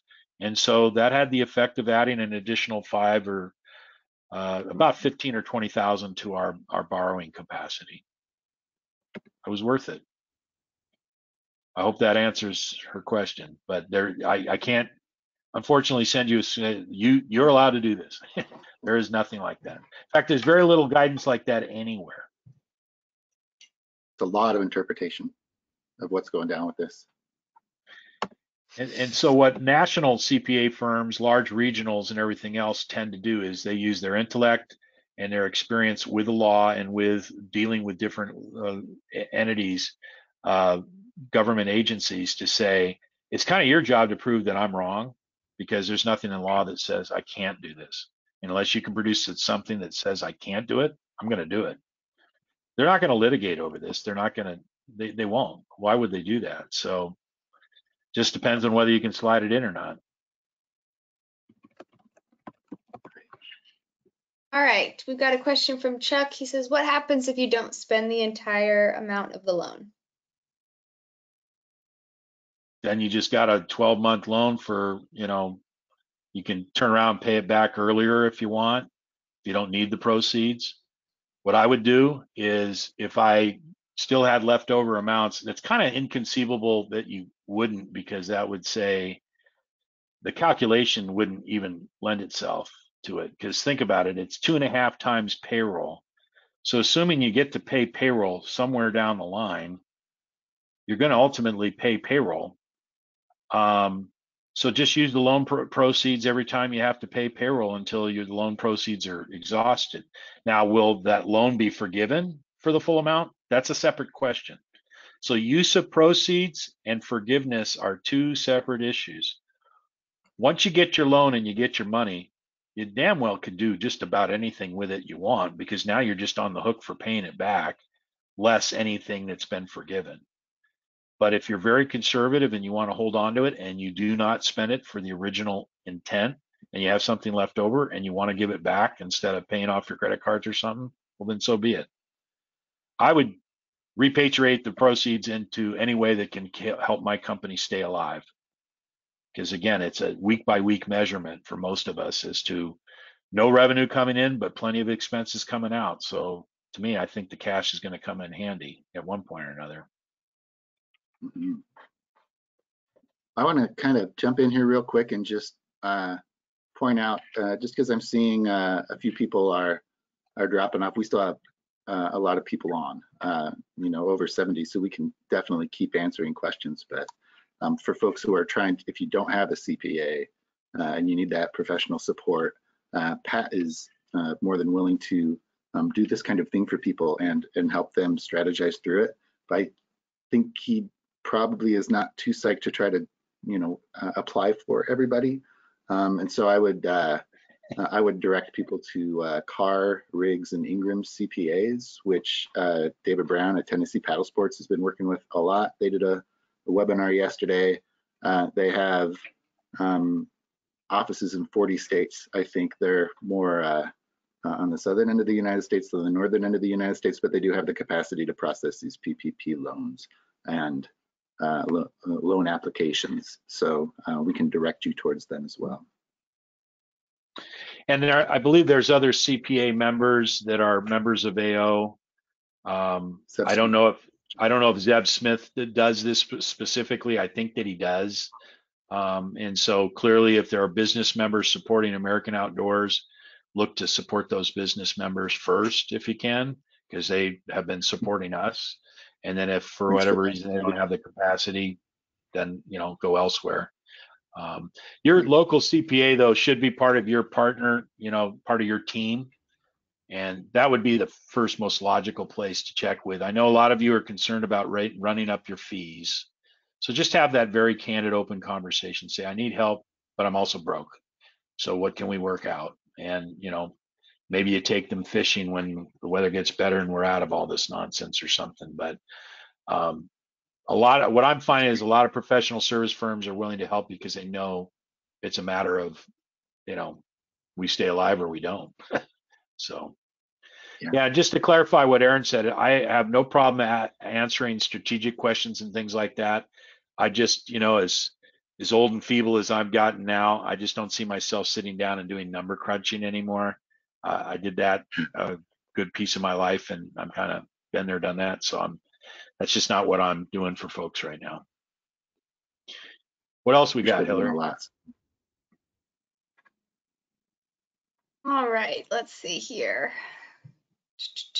Bob says, we just purchased our company at the end of January as an asset sale, new EIN number. We have not had a payroll yet. Weren't planning to run payroll until June. Wife and I are only employees. We have been told we do not qualify for PPP. Is this correct?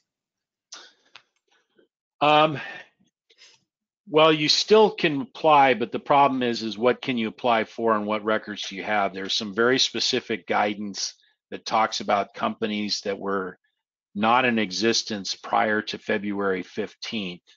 And then they have a very short window of measurement for you to see if you can qualify.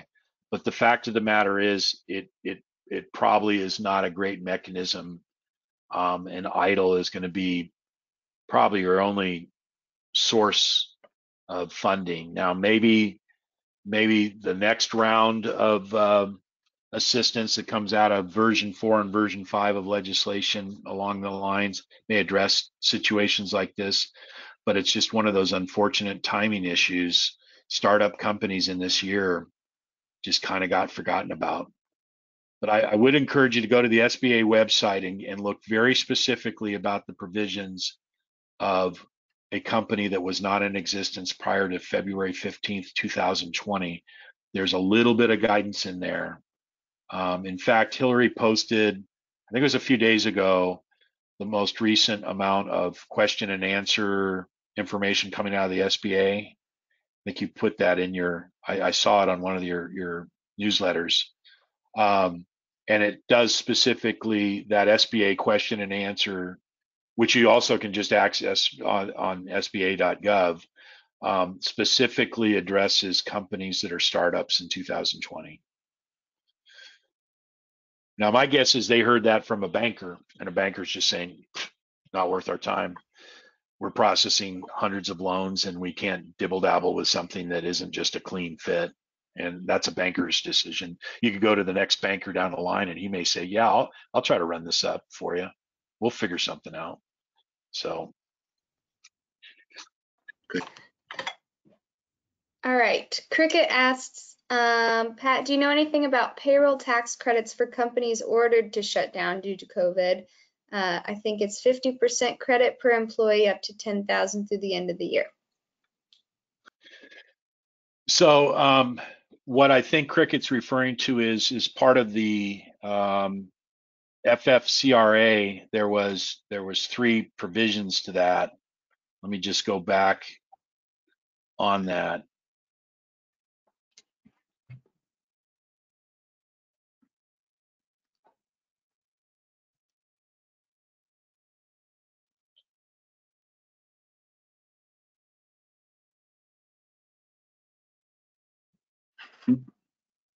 There it is. So the employee retention credit, or it could be no, it's probably that. It's probably that employee retention credit. So if you retain clients or employees, even though you're under some type of curtailment from federal mandates, land agencies, or anything else, then you can basically qualify for this credit. It's capped at $5,000 per employee.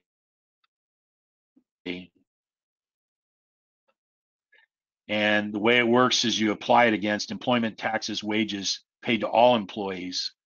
And there's even an opportunity there where you can ask for kind of payment in advance as like it's a loan. So if you know in your third quarter you're going to have much higher payroll taxes when you finally ramp back up, you can actually file to get these credits applied early on so you can get the acceleration of the benefit of that. So this requires the skill of a really accomplished accounting firm that really truly understands payroll law and payroll taxes, because whoever's filing your 941s are going to be the person responsible for making sure that they take advantage of these sick and family leave credits as well as the employee retention credits. And so some of you qualify for it. So if you were in between time and you were hanging on to your employees because you're kind of in a wait see mode and you did that for even just 2 weeks, you may qualify for just that 2-week period of having some of the wages you pay qualify for one of these two things. And so that should be a very candid, direct conversation you have with your CPA. If your CPA comes back to you and says, yeah, I don't think so, or I don't know, or I haven't dealt with it, then you got the wrong CPA. Anybody dealing with high volumes of payroll and payroll tax should be all over the opportunities that are being created by the Family First Corona Act and then CARE as well. Say hello to your family for me, Cricket. Yeah, and there were some other questions in this list. I'm not finding them right now, but I've seen them as I've scrolled through. Kind of a similar thing. If you're not able to operate because of a mandate from your agency or state governor, or your employees can't get to you for similar reasons, like how does that affect forgiveness with the PPP? So the PPP would literally say, go ahead and hire them anyway and just wait and hope for the best, which is stupid. So that's where I don't want the forgiveness tail wagging the financial smarts dog. Okay. So people keep emphasizing forgiveness, forgiveness, forgiveness. It's like, okay, great. We've heard enough about forgiveness. Wouldn't it be lovely if you could get your whole loan forgiven? But if you can't, don't make a stupid decision based on bringing people back when you really can't use them for what they're intended to be, and incur a bunch, because all you're doing then is being a pass-through entity. So at that point, you get your loan proceeds and then you turn around and you give it all to your employees who are essentially standing around doing nothing, or maybe they're not even there yet. And all you've done is taken them off of unemployment and put them on you, and then used your loan proceeds to pay them. If you think that's a good advantage and that can work in your favor, maybe you do it. Like we as a family have talked about the timing, and timing's everything here. We're in Montana. The governor shut down through April 24th. We now have our fishing and our bear and our turkey seasons on suspension. We had to postpone a guide school class. We had to postpone our bear hunters coming in. Most of the bear hunting outfits in Montana are calling their clients and saying, yes, you can come, but can you come later? So it's literally every day we're looking for news that we can open back up. That's where I get back to the scenario planning. Figure out what would happen if you'd really in earnest can't open until July 1st. What would you do with your PPP? What would you do with your employees in general? What would you do with your season? One of the things I heard recently that just really bothered me, one of the major concessionaires in Glacier National Park has given till April 24th for go, no go for the whole frickin' season. So if they don't have a definitive answer for the Park Service by April 24th, they're not going to operate. They're the major supplier of lodging for the entire park. And if they don't go, then think of the ramifications of all the ancillary concessionaires that rely on them bringing people into those hotels that then turn around and use the outfitting services of the concessionaires. So I think people understand this. I'm very nervous about the public agencies because they just go into public agency mode. It's just so easy to say, oh, it's all in the best interest of public safety, health, and welfare. So we'll just be shut down for the next 17 years. And that doesn't help the economy, the businesses, their partners, or anything else. So the amount of pressure that we need to put on the Park Service and the Forest Service, we got to ramp it up. We got to let people know that about a whole bunch of people are going to go down for the count if we can't get open. So that's why I get back to some of the tools that I shared with you. Clearly the burn rate tool is an important one. can you make it till July 1st when the agencies open you back up? In the case of the Montana-based outfits, they're measuring it by seasons. So we have a spring season that allows you a certain amount of revenue, either from fishing or hunting, a little bit of preseason trail rides and things like that. The question is if you open July 1st, can you salvage enough of your season to make it worth even opening? Because the decision might be appropriate to say, at this point, the bleeding's so bad that maybe I just shut down and go on hiatus for 1 year, go out and drive a truck or serve coffee through a kiosk or something like that, and then pick it back up when I can restore my season. It's a terrible situation to be in, but I think for a lot of people that they have to be thinking along the lines of having that backup program. If you're not doing that right now, you're not planning properly, because we don't have control of when we get to go back to work. It's in everybody else's control. And unfortunately, I don't know about what state you're in, but I'm in a state that the governor is purposely using this as a political tool to get himself elected in a senatorial race. So he's drawing a lot of attention on himself for purposes of politics, and it has nothing to do with the state of Montana's need to get people back to work. I think we have something like 350 cases in the whole state. It's just silliness. So some of these states are politicizing this thing, and we're the victims. Given that we're out of that control, I think you have to. I was listening to everything coming through, and they say the startup of the economy. I really feel like July 1st is the day. Everything I hear, I think a couple of states will open a little earlier. But I think you have to have it in your mind, can I make it to July 1st? And then if I open July 1st, do I even have anything worth salvaging for the year? Because some of you are early spring and then you tail off in the early or the late summer. Some of you ramp up as the summer goes on. Every seasonal business hits a sweet spot at a different time. So that's a great question. I wish I had something, where I could just hand you in an envelope the answer, but it doesn't work that way. It's something we've been grappling with a lot, Pat, and sort of the outfitter response, as you might imagine, runs the gamut from folks who, are working closely with agencies as their thinking evolves, and not bucking too much at it at this point. I can see that changing if especially if there start to be certain parks or forests that really look like holdouts or look like they kept. Well, what's going to happen, Aaron, and so I'll give you share with you. Extreme a jump. Denali shut down their line already. Yeah, go ahead.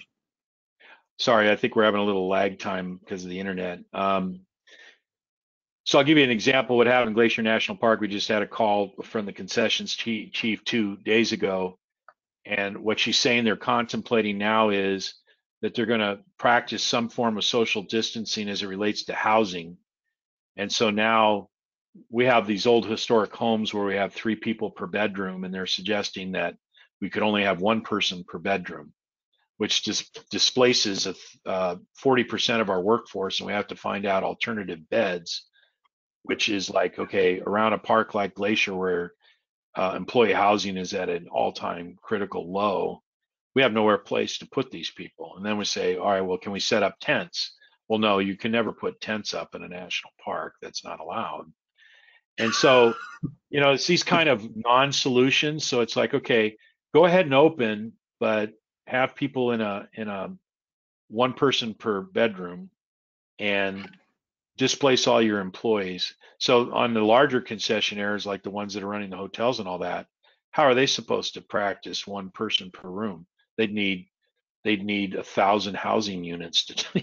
It's impractical. So this is a local park trying to extrapolate what they think is their compliance with different rules, and then the impact it has on concessionaires. And so what I think we have to do at a local basis on a park by park or forest by forest basis, like in Montana, we had one district that said you're only going to have to pay the campsite fee, which is I think $135 as part of the CFRs for the standard fees before you go into priority use permits. and we'll worry about any actual use and payment for your actual use when you tender your actual use report at the tail end of the year. Well, what a wonderful concession by that district in that particular forest. And yet a forest just 2 forests down in the same system in the same region is saying no. Go ahead and file your anticipated use report and get ready to pay your 3 installments. We're going to do business as usual.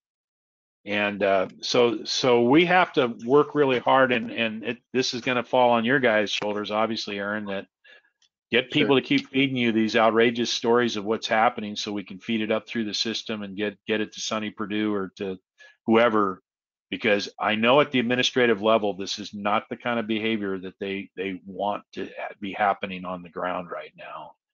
And the more they hear about it, the more they'll intervene, and so will the congressional representatives, but they got to hear about the bad behavior on the ground. We got on a tangent there, and I want to get back to the questions, Hillary. So what else do you got? We still have 67 hardy souls hanging in there, so somebody's dying to hear something. There are a lot more questions. All right, so there were a lot of questions around the 8-week period, still kind of on that forgiveness vein. Can the 8-week period begin before they've been accepted for the loan? No. Okay. That's a hard no, and the reason we know that is because right now the guidance seems to indicate that the clock will start either at the first funding or the approval. And then the third interpretation, which I found in Treasury documentation, so this came from Mnuchin's office in terms of interpretation of what they want in Triple P, said specifically the applicant will be able to determine their 8-week period as long as it falls in. So what we're trying to do is get Treasury connected to SBA and make that part of the official guidance. But in the meantime, count on it being either when you get your loan approved or when you take your first draw. Okay. If you do bring back people for using the money for the Triple P, but then season's still not really going after that, can you let them go again after June 30th and without being penalized for forgiveness? Yes. So that's why you remember that slide that said just in time JIT. You need to be monitoring this thing really closely with what you're hearing from your land agencies and watching in terms of what the state closures are. And you have to make a go, no go decision relative to hiring people. If it seems eminent that you're not going to be operating past July 1st, I would probably question the sanity of bringing people in, putting them on payroll just for the purposes of forgiveness. I think I'd look at that loan as a loan and put this forgiveness thing aside, because I don't know that you can prove to me mathematically that it makes sense to bring people back just for the purpose of forgiveness and then turn around and let them go again. That doesn't sound like a smart Treasury move to me. I could probably sit down and have a mathematical battle with you to figure out how that works.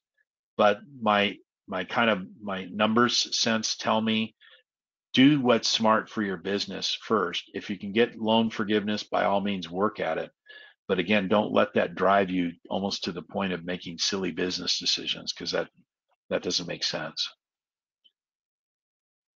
You know, Pat, as you look through the law too, like the loans are eligible for payroll forgiveness, and that's a little bit of a different wording than guaranteed. So there's a piece of me that is curious if the level that they're going to be able to forgive at is different than where they think they are right now, just as things are changing every day with the limits in the EIDL access. The interpretations.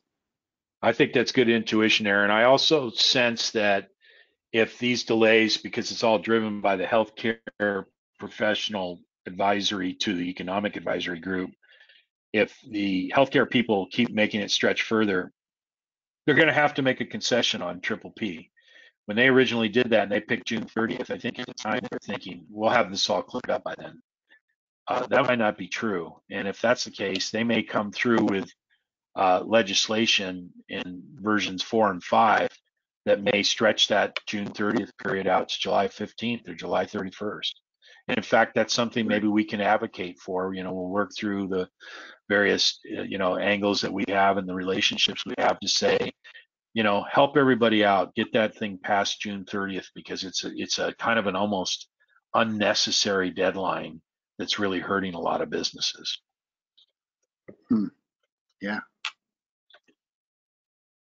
Good thought. And then there have been some other questions about the just-in-time kind of tactic. And the full 8 weeks has to be before June 30th or ending June 30th, right? As of right now, yeah. Unless Congress changes that with a subsequent, you know, Technical Corrections Act, your measurement period, your last one eligible, if you will, would be from June 16th to June 30th. Or excuse me, that's not 8 weeks, that's 2 weeks. So effectively all of May and all of June, you know, you got to figure out the calendar days.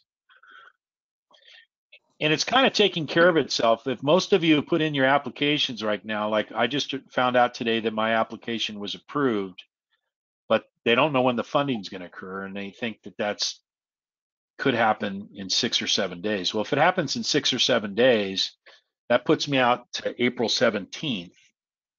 And so April 17th puts me out to June 17th. I got a little bit of working room there. Now, I'm still going to fight for the fact that I get to pick any 8-week period that benefits me the most. I haven't given up on that. But if I lose that battle, having it through June 17th is about as good as it can get.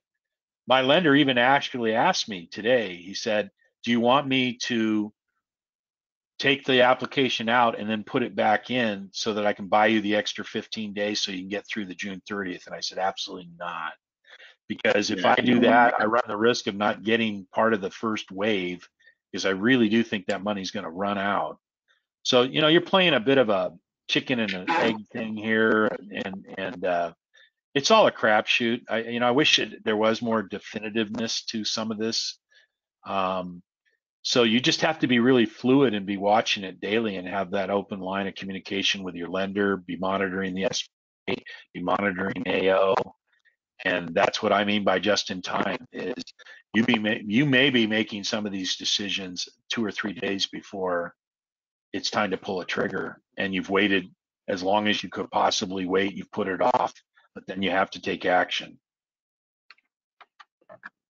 And it's not like we're all going away, so we're going to continue to try to feed you information that keeps you abreast of what's happening as we get it. You know, so we may even toy with, I guess, Aaron, some update or something like that. Every 2 week or every week, call and pick up where we left off to try to answer some of these questions. So I think there's a lot of value adds that we can talk about as an association where we can really make these things available to the members. Thanks for that offer. That's really wonderful. Yeah, we'll try to figure out a way that's not burdening you too hard or us. Yeah. Can keep You mean you're not professional webinar people? I've seen you so often. I feel as if you wanted to be. Lately we are. Wasn't in your job description. No, it wasn't. Yeah. It's working out. It's a good way to connect. Yeah. Do what you got to do. What else we got there? All right. So Ron said that he has tried to apply for the PPP. Both of his local lenders are no longer taking applications. What options does he have? So then he has to expand beyond the local and go to regional. I mean, I just, with great reluctancy, say that you could look to some of the online opportunities. There were some FI-tech companies out there that really saw this as a boon, and they were going to go after it. And are they good? Are they not? I don't know. I don't know anything about them. But that would be your next. First go regional, then look at kind of semi-national. So for instance, in Montana, do we have any indication of where Ron's at? Do we know where he hails from? Okay, so, you know, depending on the region, you know, there may be regional players like First Interstate Bank is a really good regional player. They play in about 15 states. Glacier Bank Corp does. There's some really good, strong regional players. Umpqua out on the West Coast. So they're your next tier up. I think we've all heard on the news, and they've made their feelings pretty clear. Places like B of A could hardly be bothered with this. It's just too much hassle for them, and Right. so they've been very standoffish of being a good solution for clients. But I honestly got to tell you, I have not looked into the FiTech environment. Capital One probably leads that world right now. That might be a good place to start. I said FiTech, I meant to say FinTech. So that's the virtual banking world that is on fire right now, and every day you get a different. So Ally or Ally, ALLY is another one that comes to mind.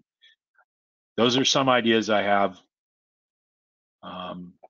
But if you shoot out you know, something to people within your region, maybe check with your regional director of AO and see if they've got some contacts as well. That might get you some help too, Ron. Great. Thank you. Yeah, he's in Colorado. Who's his So best in that area, Aaron?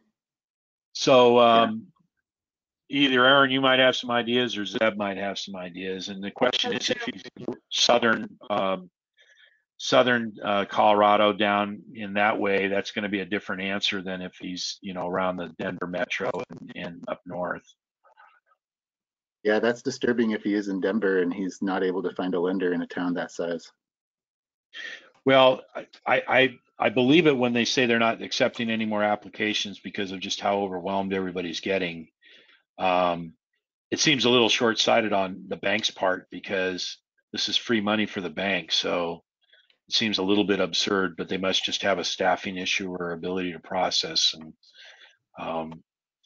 so I'd just go to the next biggest city. So if he's in the Durango area, then maybe reaches out to Fort Collins or something like that. You know, I don't know. I'm just trying to think of regional solutions to what he might be able to look for. Right. Well, at least there is this backup approach you're suggesting. Maybe, yeah, maybe not a desirable one, but an online lender might be able to fill that gap if there's nobody in, Denver. Well, I did my entire process online and never once went face to face with my banker. So, and that was with a brick and mortar single location bank in Montana. So if you can do it with those kind of entities, I cannot, for any stretch of the imagination, figure out how you couldn't do the whole damn thing online and do it with a high tech company oriented bank. Right. Seems to lend Right. itself to that. Yeah, truly. All right, for the PPP, I used the high water mark for the amount of payroll for a 12-month rolling, but I used the number of employees that we have right now. Was that wrong?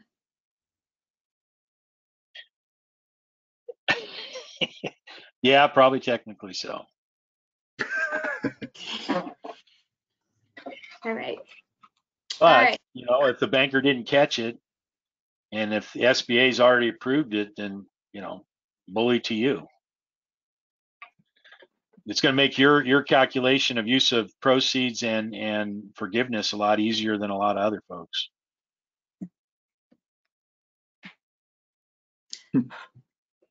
All right. A couple people asked, what if I have more employees during my 8-week period than I put on that PPP loan?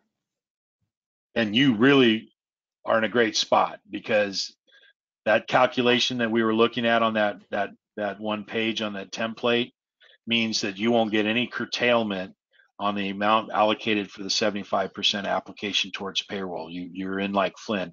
So you stand the best opportunity to get the maximum of the loan forgiven. And so, in that person's case, assuming they don't get the 10,000 EIDL, they may wind up with 100% of their loan forgiven. All right, Cricket asked, is forgiveness based on the number of employees or total payroll costs? All the above. So I'm going to go back over to that spreadsheet because it probably depicts it the best.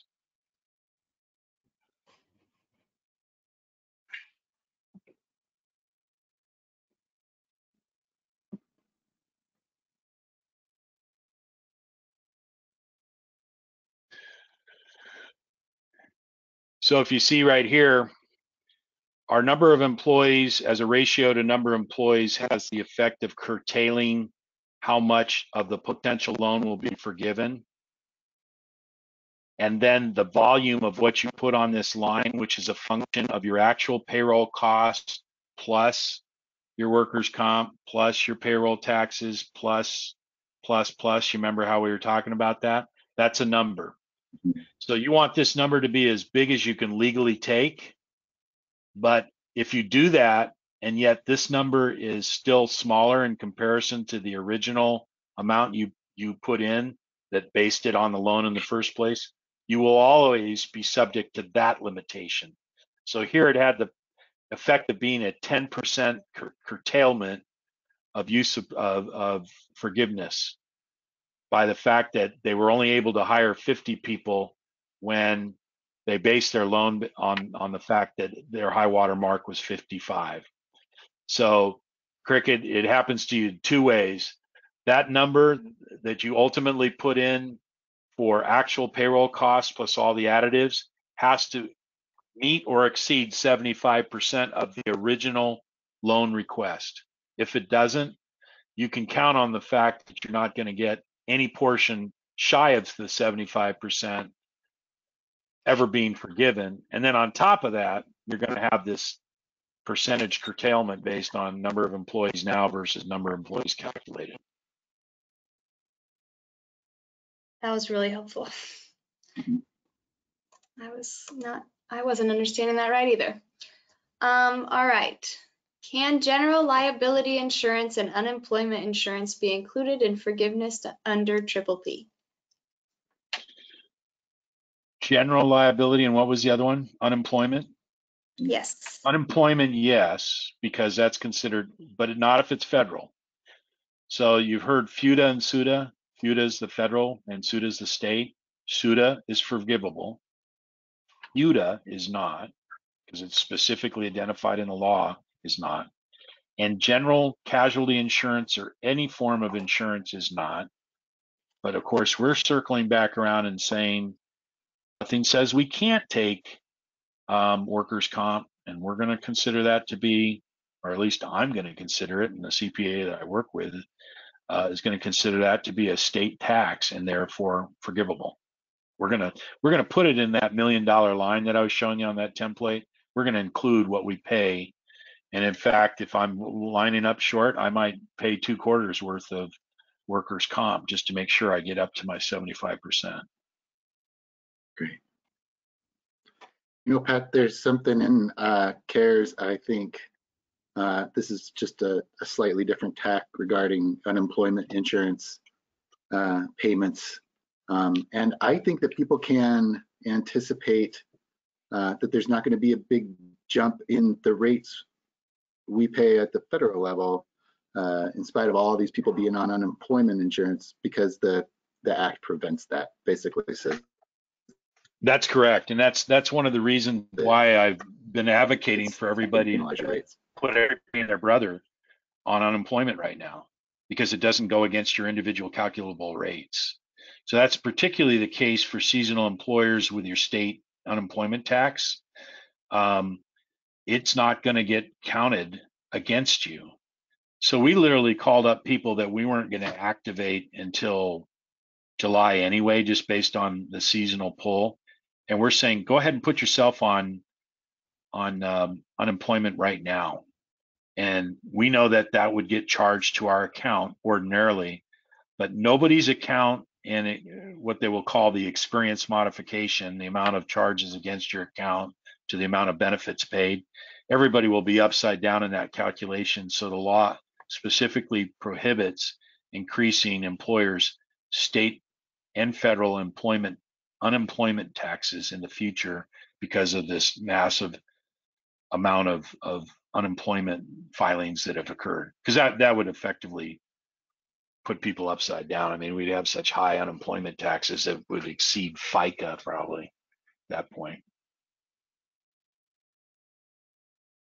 All right, let's do a lightning round. I've got some questions that I think should be kind of quick to answer. All right, Peter says, I just want to clarify, can you apply for EIDL for the $10,000 grant advance without applying for a loan? Yes, so that's where the website starts you, is you do the initial application. It's a 3-page questionnaire. You go through it. It has all the qualifications that you're not a felon, that you didn't do this, you didn't do that, you're not a foreign company, you don't work for Trump. And then all of that stuff qualifies you and initiates the EIDL process. You should get your 10 grand off of that. Then what should the SBA should do is say, okay, now we're ready to process your bigger, broader loan, and it will give you the link to fill out the application in earnest. And at that stage, that's when you can decide, do I want to go through with EIDL or just leave it at the 10 grand and call her good?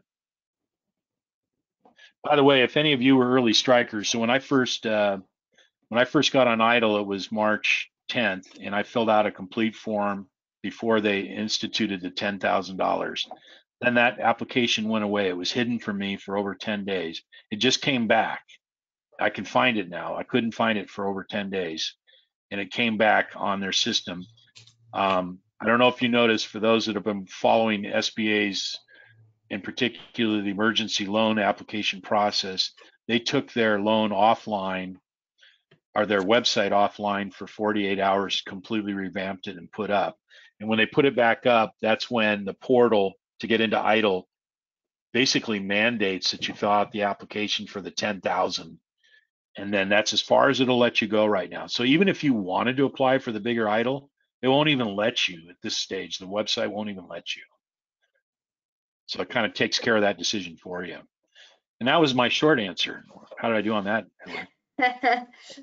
Yeah, that's okay. That was a good bit of info, because actually someone was wondering if you applied before the 10,000 thing, what would happen. So let me answer that, because there's an important nuance to that. If you applied before the 10,000 thing came up, go back to your application if you can find it and look at the notice. There will be a message that was sent to you, and it will ask you to go back in again and file it again so that you qualify for the 10,000. So I'm really glad that you found that question, Hillary, because there was a number of people that were really astute. I was advocating for getting onto EIDL back in the very early days of March. So a lot of people did that. They filled out the full application, and they're saying, well, how do I get my 10 grand? You don't get your 10 grand unless you get back on the website now and fill out that portion.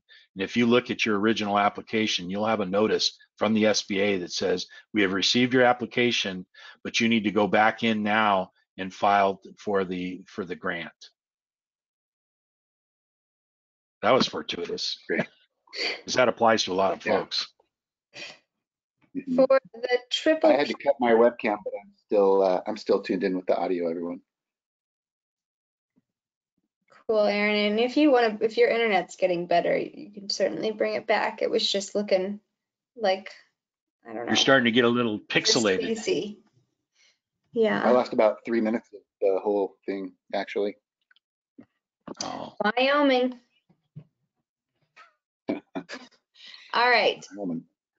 I'm going to keep rolling. So Chuck asks, what if we didn't check other boxes besides payroll? Banker said not to. Can we still include rent and utilities, I guess, with the money they get? Well, for the definition of the law, the answer should be yes. But if the banker told you not to do that, which is very puzzling to me as to why they would give you that level of instruction, that just doesn't really make a lot of sense to me.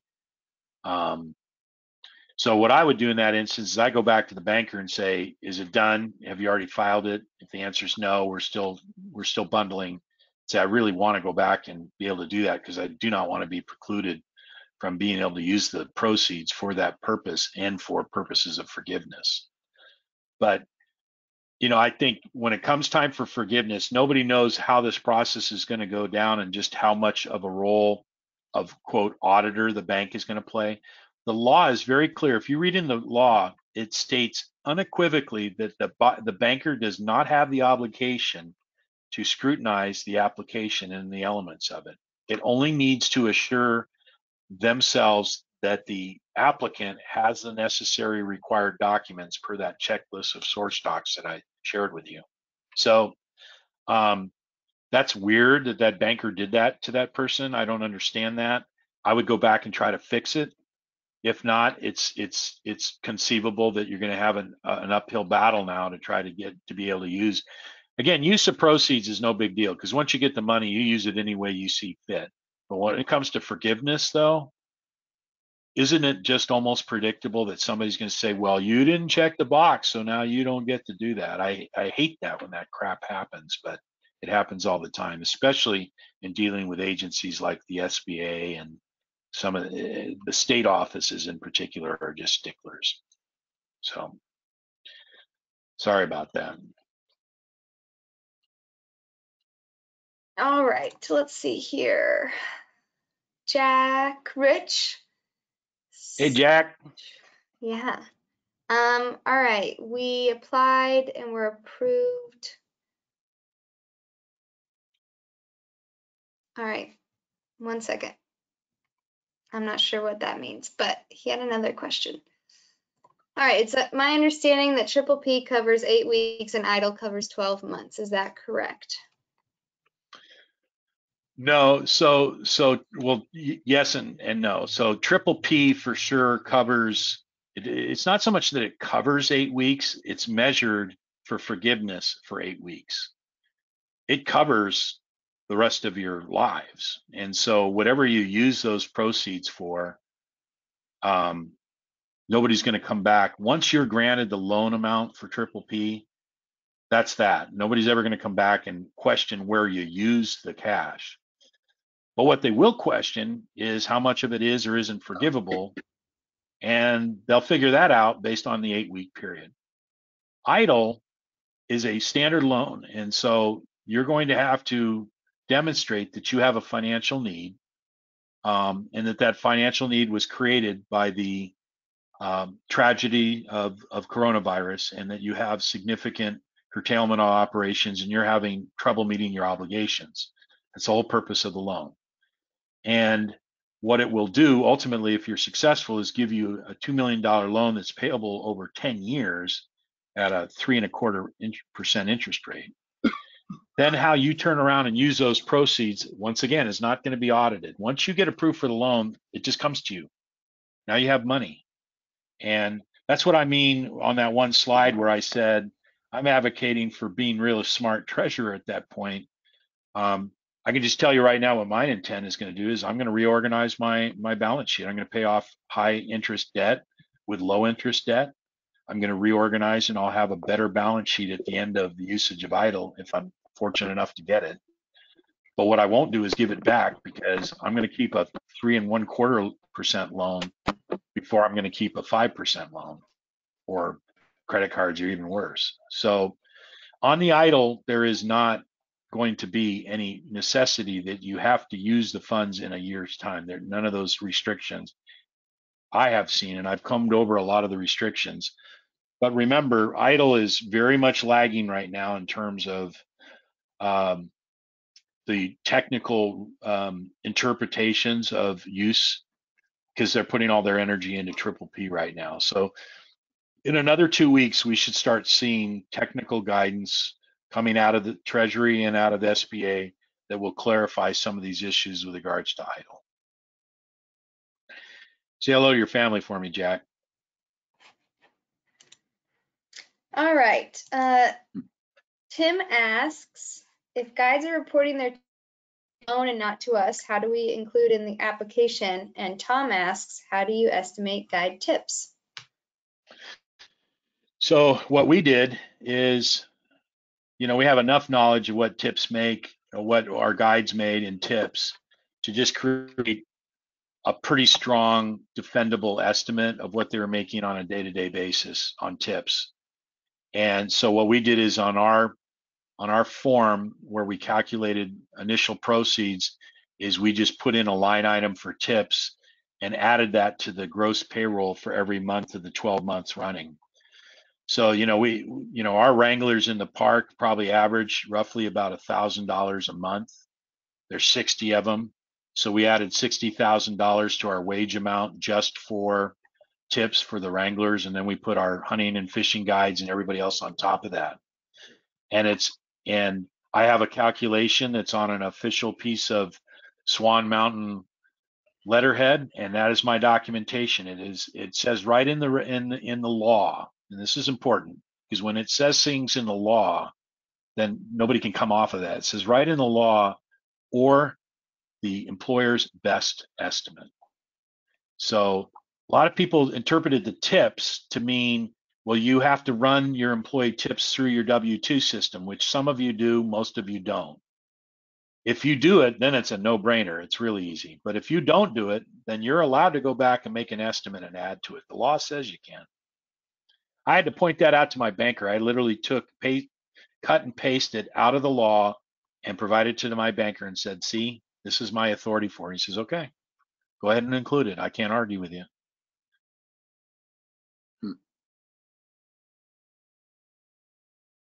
Yeah, I think on our calculations, honestly, when I think about all the tips, I believe that I added another almost $300,000 for the overall year for tips earned by all of our employees, our estimates.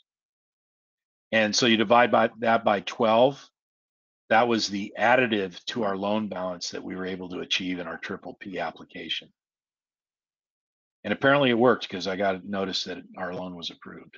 So, but you may be seeing me in jail in 6 months, so I don't know. Well, I guess the jury's still out as to whether it worked or not. I don't know. I'm just kidding. I'm not going to jail. I promise you. Yes, I hope everyone knows that. Too smart to go to jail. Well, and I don't want to miss the confluence in December. It should be a good one. So, Last conference standing, Pat. Look at that, it's 51 hardy souls still hanging in there. Yeah, Somebody really? wants to know something. Yeah. All right. Let me find one. Gosh.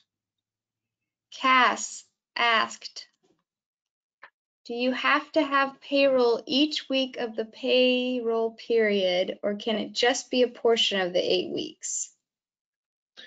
So think of your 8-week period as just a total that you're going to drop in. So on this forgiveness calculation, you will wind up probably tendering something very similar to this document right here.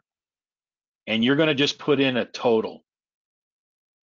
And that total will be composed of actual payroll costs during a 8-week period, plus payroll taxes, plus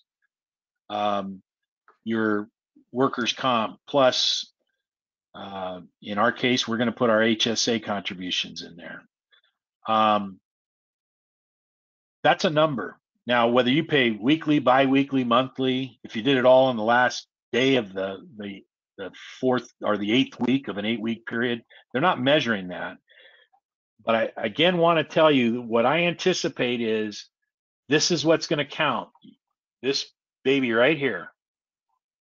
If you don't record it on a 941, if it's otherwise not traceable back to something factual, if you just pick a number out of the air and say you paid it, and you don't have the ability to back it up based on something that was tendered to the government, in this case, your 941. So I'm assuming that the second quarter ending June 30th, 2020 will have a total bulk number, and that number is going to allegedly far and exceed what you're going to put on your 8-week calculation for payroll. But that's going to be the thing that they will point to as to whether you have legitimate proof that you in fact met the criteria for loan forgiveness.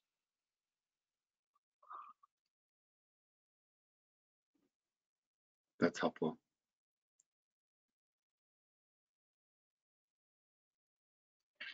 All right.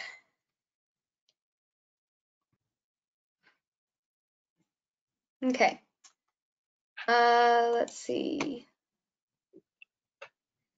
Donna has kind of a specific question here. She said, I sold my business on 12/31, and the new owners will not be able to run the summer sessions or meet their obligations in the consulting agreement, pay out loans and lease expense. Is there any way I qualify for the PPP or EIDL to manage any of the debt I will not receive payment on? So PPP, depending on what kind of entity she carries over into 2020, she'll be hard pressed because she's another one of these victims of, did she have an entity pre-February 15th, 2020? So a lot of times when sellers sell their business, they retain an entity. Maybe it was their old LLC or their old sub S. And as they get proceeds from the buyer, they run it through there and distribute it. So this is a fairly complicated question because really the new entity that's receiving these payments doesn't qualify for anything in the spirit of PPP. Then she turns into effectively a business owner with no compensation. She falls in that class of people we talked about early on, where the Treasury knows there's a hole in all the relief, where there's just not working very well towards the self-employed. EIDL does have a specific application for people who collect rents. So if you're a real estate based company where you own property and collect rents, EIDL there's a place for you in EIDL for sure. And so I think you could use EIDL and go after some relief and some assistance there. But PPP is probably out of the picture based on the way it's designed and the uniqueness of your situation. Having said that, don't ever not try. But if you go to a banker and they just start getting ill looking at it, you'll know you're trying to really fit a square peg into a round hole in terms of the way PPP was designed.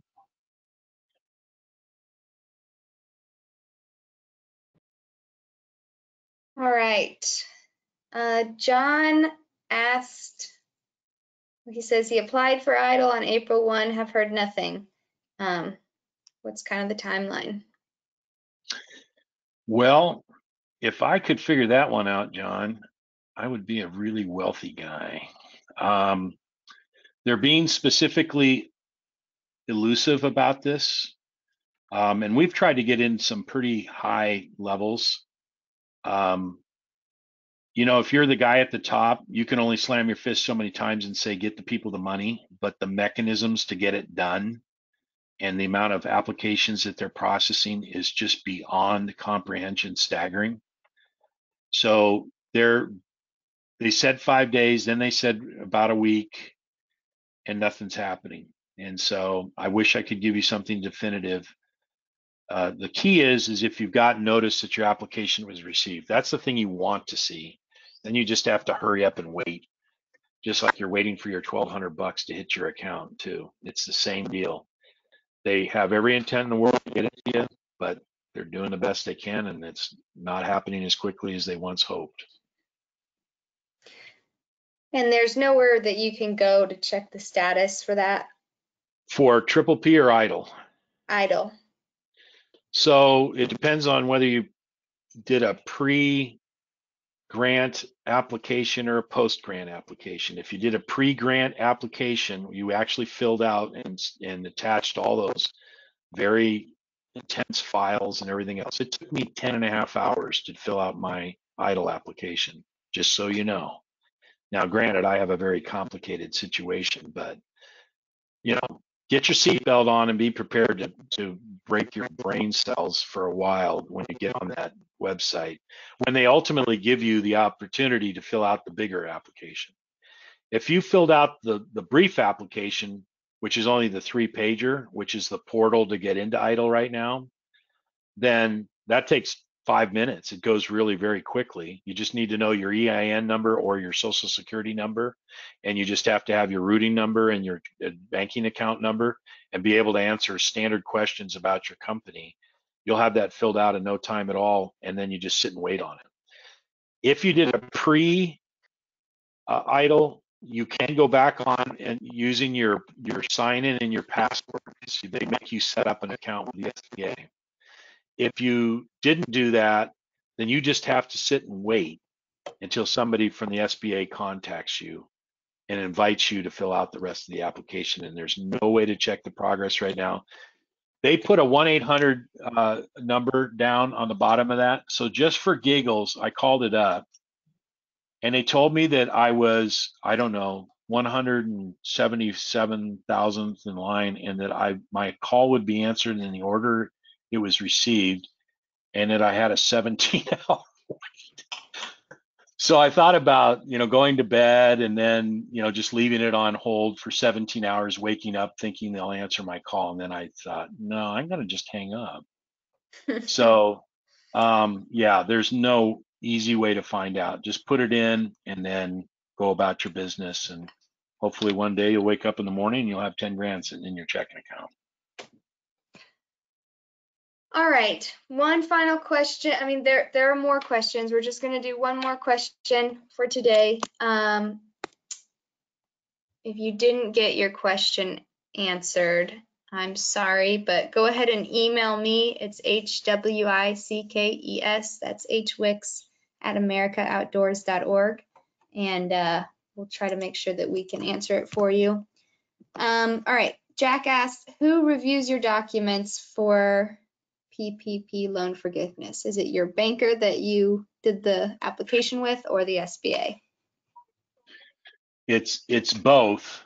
What the SBA is requiring of your bankers is both on the application process and then ultimately on the forgiveness process, that the banker has done their diligence in terms of not auditing, but just ensuring, either through affidavit or a checklist like this one that I had showed to you, that you have the necessary documents in place. The SBA ultimately will be the ones that will review the forgiveness, but that will probably come after one round of scrutinization by the bank.